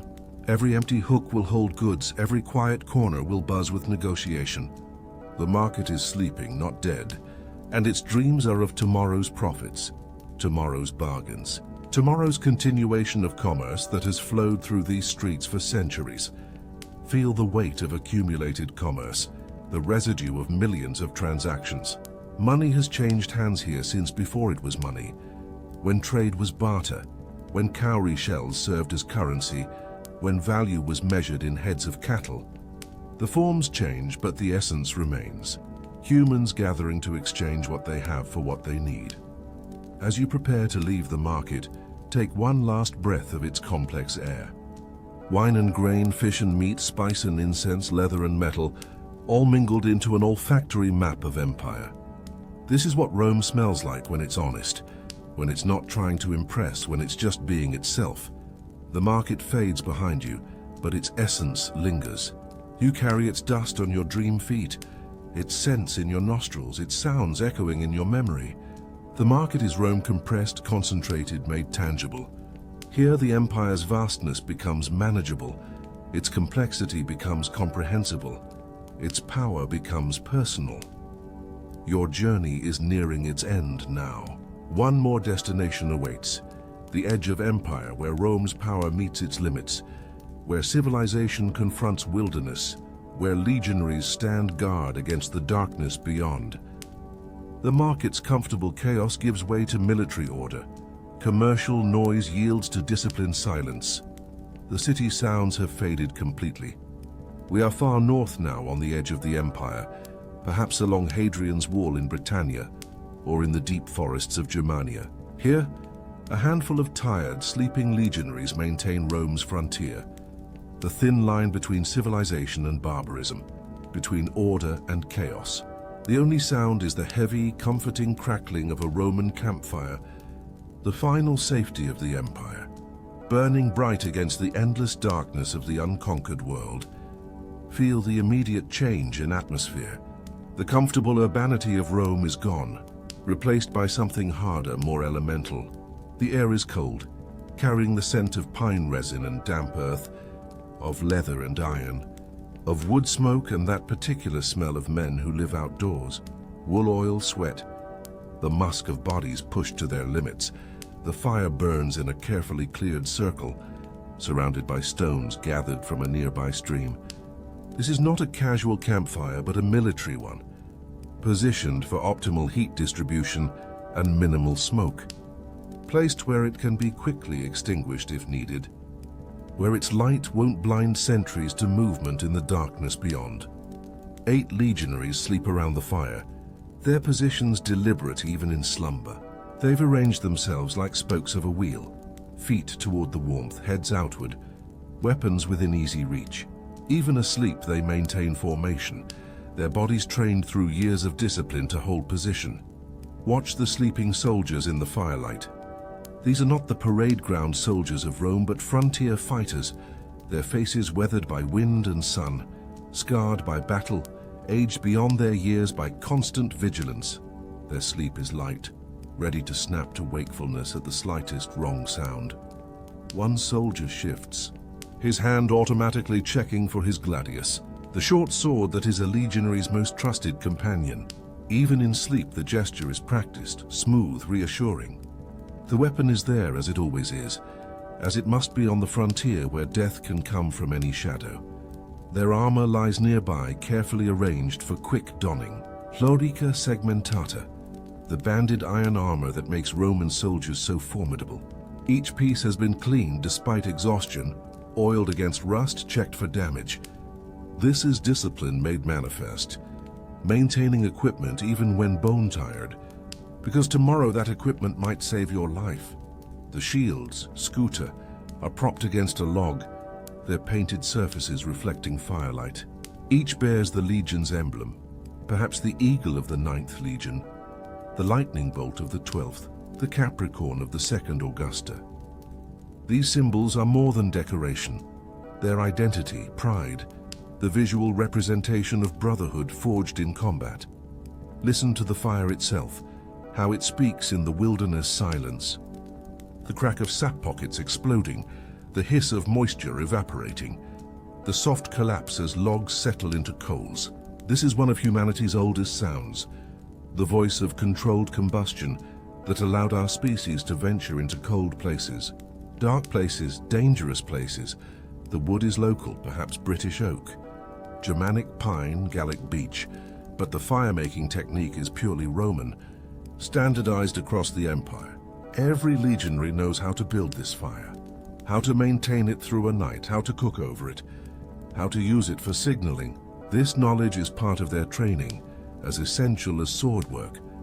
One soldier mumbles in his sleep, speaking Latin with a Spanish accent. He's dreaming, perhaps, of his family's olive grove in Hispania, of a girl he left behind, of the farm he'll buy with his discharge bonus after 25 years of service. His dreams are probably warm, far from this cold frontier, but his body remains here, faithful to his oath. The centurion sleeps apart slightly, maintaining the distance that command requires. His vine staff, the symbol of his rank and the tool of discipline, lies across his chest. Even sleeping, he projects authority, that indefinable quality that makes men follow orders in the chaos of battle. Notice the small details that mark this as a military camp. The standardized cooking pots, identical across the empire. The regulation blankets, wool from specific suppliers, dyed the approved color. The leather tents, waterproofed with specific treatments, designed to withstand any climate. This standardization is part of Rome's genius, making soldiers interchangeable parts in the military machine. But look closer and see the personal touches. A small figurine of a household guard tucked into a belt, a love token worn around a neck, a lucky coin sewn into a cloak. These men are cogs in a machine, yes, but also individuals with hopes, fears, superstitions, loves. The sentry walks his post beyond the firelight's circle, invisible but present. You can hear his measured tread, exactly the prescribed number of steps in each direction. The soft clink of metal as his equipment moves. He's probably counting.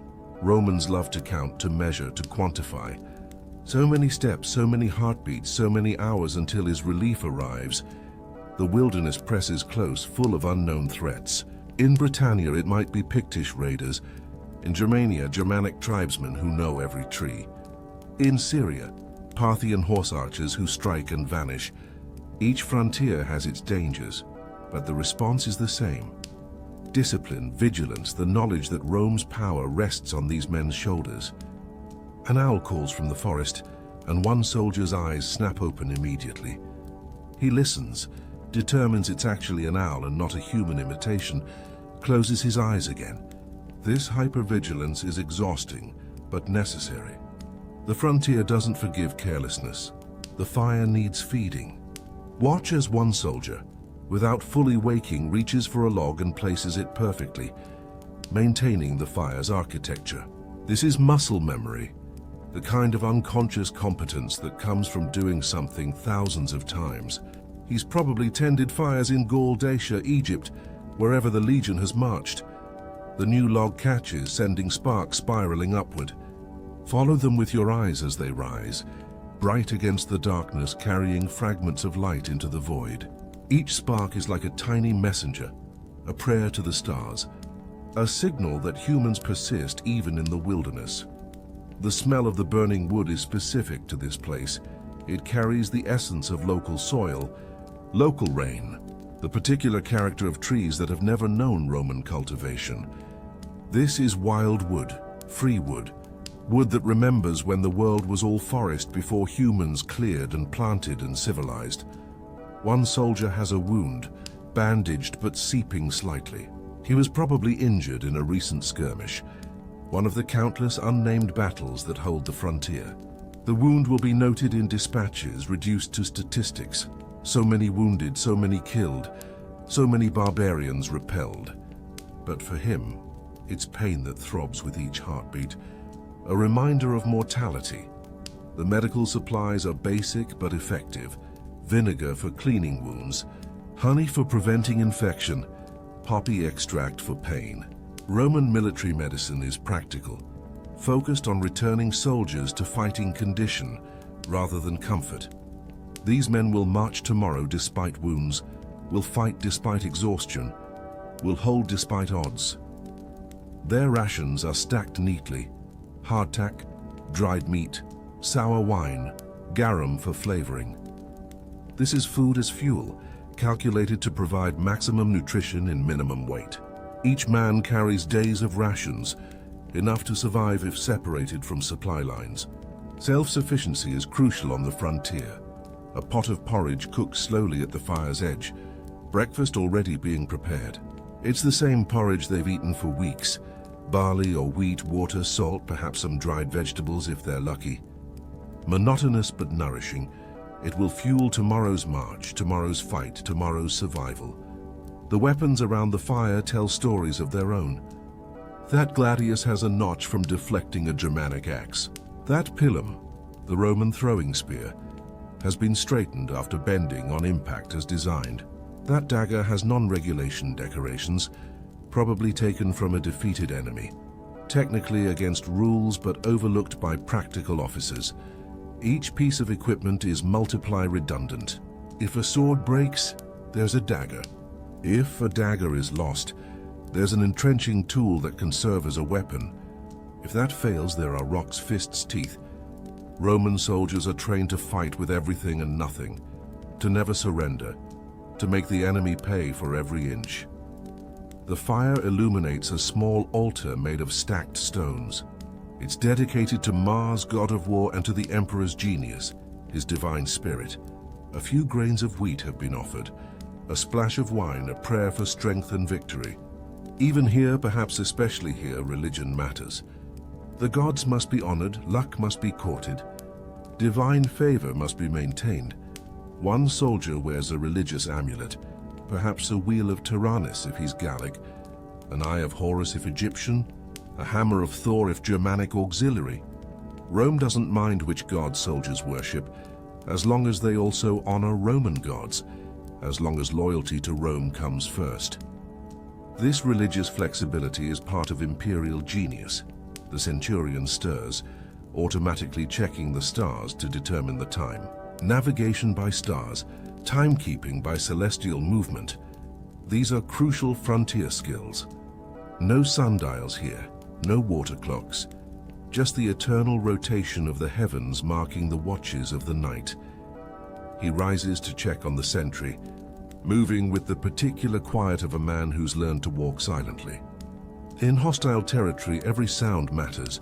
A snapped twig might alert enemies, a clanking metal might spoil an ambush. Silence is a weapon, stealth a survival skill. The two soldiers exchange passwords, probably something unmistakably Latin, difficult for foreign tongues to pronounce correctly. Senatus Populusque Romanus perhaps, or Disciplina, or simply Roma. The password confirms identity, maintains security, reminds both men whom they serve. Return to the fire, where one soldier has begun carving. It's a common soldier's pastime, creating small objects from wood or bone. Maybe it's a gaming piece, a religious figure, a toy for a child back home he's never met. The carving is crude but heartfelt, creativity asserting itself despite harsh conditions. Another soldier oils his leather, working the oil in with practiced movements. Leather must be maintained or it cracks, becomes useless. In rain it must stay supple. In heat it must not dry out. This is the endless maintenance that occupies military life. Cleaning, oiling, sharpening, repairing. The fire has burned down to coals now, glowing red and white, radiating heat more efficiently than open flames. These coals could be buried, would stay hot until morning, could restart a fire quickly. This too is frontier knowledge. How to preserve fire, how to hide it, how to resurrect it when needed.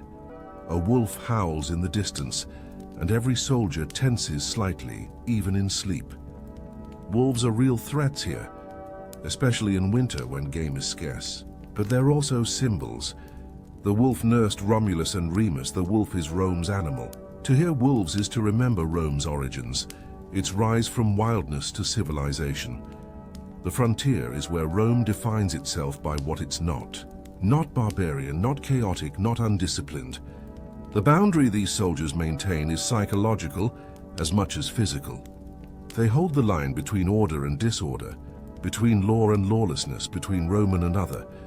Yet the frontier changes those who guard it.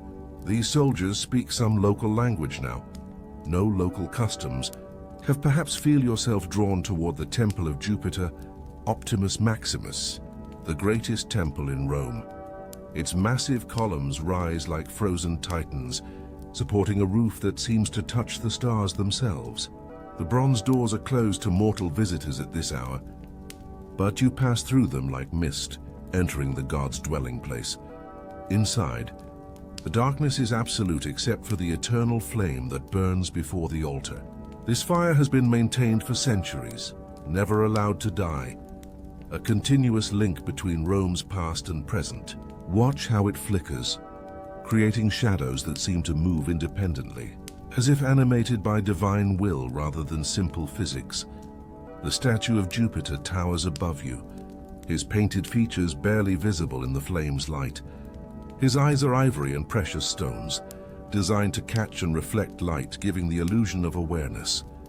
In this darkness, in this sacred stillness, You could almost believe he watches, weighs, judges. The priests are elsewhere, in the smaller chambers where they perform the secret rites that maintain Rome's divine favor.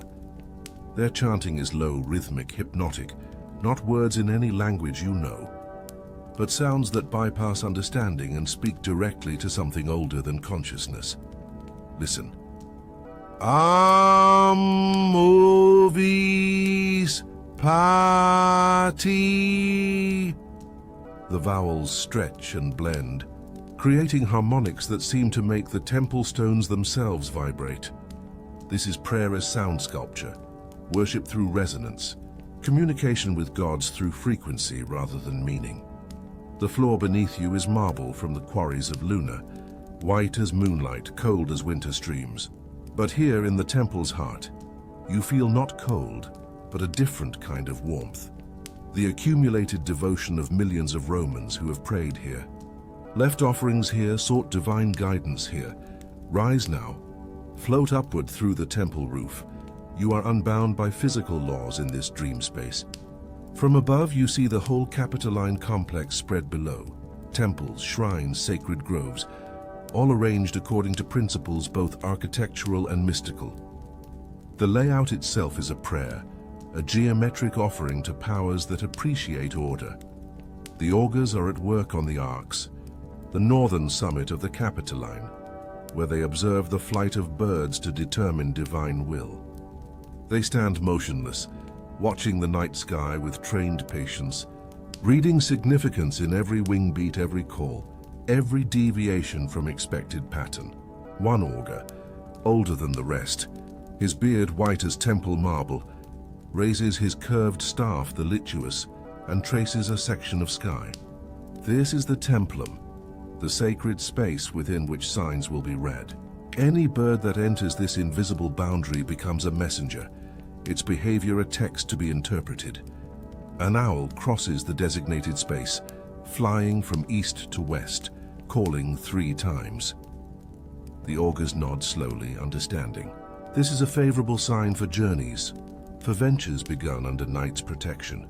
But wait, another bird follows, a raven, its black form nearly invisible against the dark sky.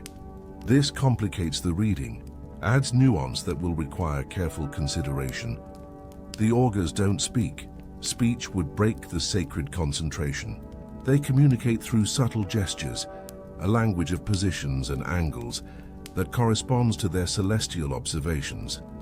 Their robes move in the slight breeze, creating a rustle like whispered secrets, like the universe itself conferring with these human interpreters. Below the arcs, in the sacred grove between the 2 summits, the ancient oak trees stand like nature's own temples. These trees are older than the buildings around them, their roots reaching deep into soil that was sacred before Rome existed, when this hill was just a favorable spot for watching the river valley below. Each tree has its own numen, its own divine presence. The priests know each tree individually, know which ones are favorable for certain rituals, which ones must never be touched, which ones speak through the rustling of their leaves. Tonight the trees are silent, their leaves still, as if they too are listening to the cosmic conversation happening above. Move now to the Regia, the office of the Pontifex Maximus, where the sacred records are kept. Here are the Annales Maximi, the yearly records of prodigies and portents, of eclipses and earthquakes, of 2-headed calves and statues that wept blood. These are not superstitions to the Romans, but data points in the ongoing dialogue between human and divine. The current Pontifex Maximus, in your time it might be Julius Caesar, or Augustus, or any of the great holders of that office, sleeps in his chamber. But his sleep is not ordinary. As the chief bridge builder between worlds, for that is what Pontifex means, his dreams are themselves a form of divine communication. Watch his sleeping face.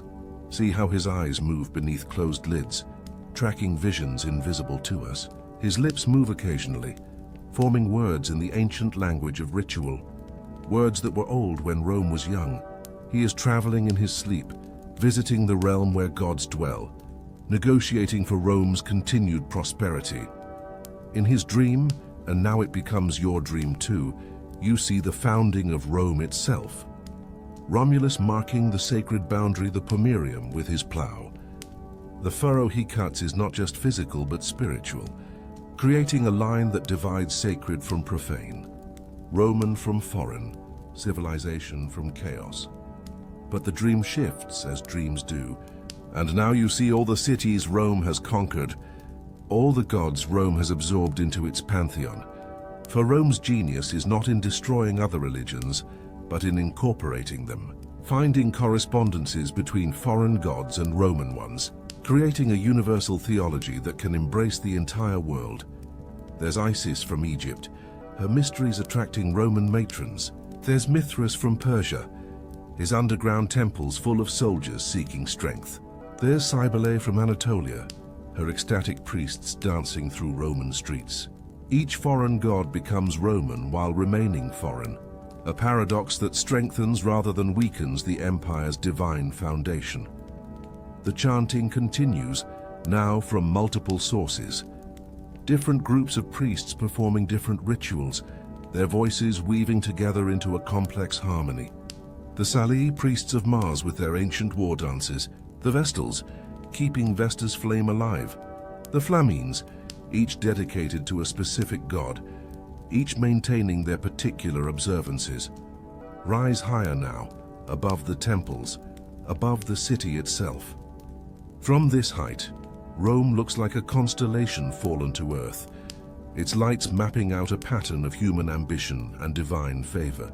But you can see beyond the visible city to something else, lines of force, channels of power, the sacred geometry that underlies the physical metropolis. These energy lines converge on certain spots, the Capitoline, yes, but also the Forum, the Palatine Hill where Rome began, the Campus Martius where armies gather. Each intersection is marked by a temple or shrine, as if the Romans instinctively built their sacred structures where the invisible world presses closest to the visible. The night sky above is not the random scatter of stars that moderns see, but a meaningful text written in light. Every constellation has its story, its influence, its relationship to human affairs. The planets, the wanderers, trace their complex paths against this fixed backdrop, their movements correlating with events below. Saturn is prominent tonight, that slow, cold planet that governs time and limitation.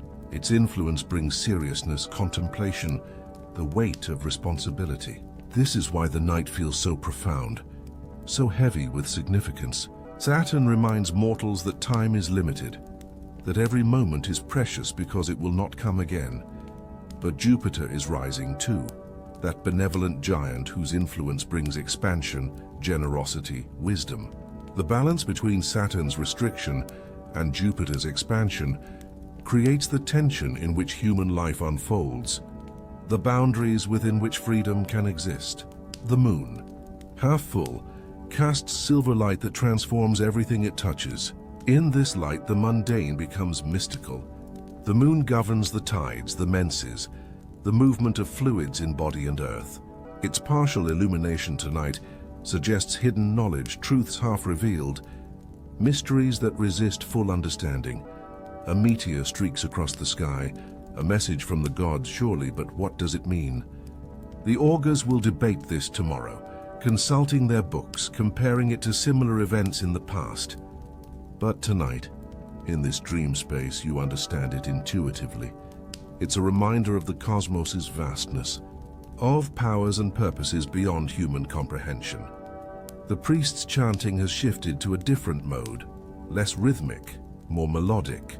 They're singing now, though singing isn't quite the right word. It's vocalization that expresses emotion too deep for words, gratitude too profound for language, or that can only be voiced as pure sound. Om Sanctus Aeternus. The sounds seem to pull you back down toward the temple complex. You descend slowly, like a leaf on still air spiraling gently earthward. The closer you come to the ground, the more solid things become, the more the mystical yields to the physical. but even as you return to Earth level, the sacred presence remains. It's in the smoke from the altar fires, in the worn stones where millions have walked, in the statues that embody divine presence, in the very air that has been breathed by centuries of worshippers, passed through the Forum Romanum, that great public space that is both marketplace and temple precinct. Even at this hour, small fires burn at various shrines. The Temple of Vesta glows with the eternal flame. The House of the Vestal stands quiet but watchful, its virgin priestesses maintaining their vigil. The Vestals are asleep except for the one whose turn it is to watch the flame. She sits perfectly still, her attention absolute. If the flame dies, Rome falls. That is the belief, the fear, the responsibility. She doesn't just tend fire. She tends the empire's soul, its connection to divine favor. Her meditation is profound, an emptying of self that allows divine presence to fill the void. She doesn't think in words but in flames, the dance of light, the consumption of matter into energy, the transformation that fire represents. She is fire's servant and fire's sister, maintaining the boundary between controlled burn and destructive conflagration. Near the rostra, the speaking platform, the air still holds echoes of the day's oratory. Great speakers have stood here, Cicero, Antony, Caesar himself. Their words have shaped policy, started wars, changed history. But at night, their eloquence fades into whispers, reminders that even the greatest human achievements are temporary. The statues of past heroes look different in moonlight, less heroic, more human. The shadows emphasize their faces' lines, the weight they carried, the prices they paid for glory. These are not gods but men who achieved godlike things, and their stone faces seem to warn as much as inspire. Move toward the Tiber, where the city meets the river that gave it life. The Campus Martius spreads before you, that field of Mars where armies once gathered, where citizens vote, where the business of empire is conducted. But at night it returns to its older purpose, a liminal space between city and wilderness, civilization and nature. Here, mystery cults meet in secret. The followers of Dionysus perform their ecstatic rites. The worshippers of Isis conduct their ceremonies of death and rebirth. These are religions of personal transformation rather than state obligation, offering individual salvation rather than collective prosperity. You can hear their distant music, drums and flutes, voices raised in ecstasy, rather than the measured chanting of state priests. This is religion's emotional dimension, its promise of transcendence, its appeal to the heart rather than the head. Rome tolerates these cults as long as they don't threaten public order, understanding that humans need both official and personal relationships with the divine. A procession passes in the distance, initiated carrying torches, their faces covered, their destination secret. They might be followers of Mithras, heading to an underground temple, or devotees of Cybele preparing for tomorrow's public celebration. Their footsteps are synchronized, creating a rhythm that seems to pull at something deep in your chest, an invitation to join, to lose yourself in collective purpose, but you remain observer, not participant, floating through Rome's sacred night like a ghost from the future, witnessing but not affecting, understanding but not quite believing. This is the gift and curse of the dream state. To see everything but touch nothing, to know everything but change nothing. The night is shifting now, the deepest darkness beginning its slow retreat. Dawn is still hours away, but sensitive observers, priests, augurs, those attuned to cosmic rhythms can feel the change beginning.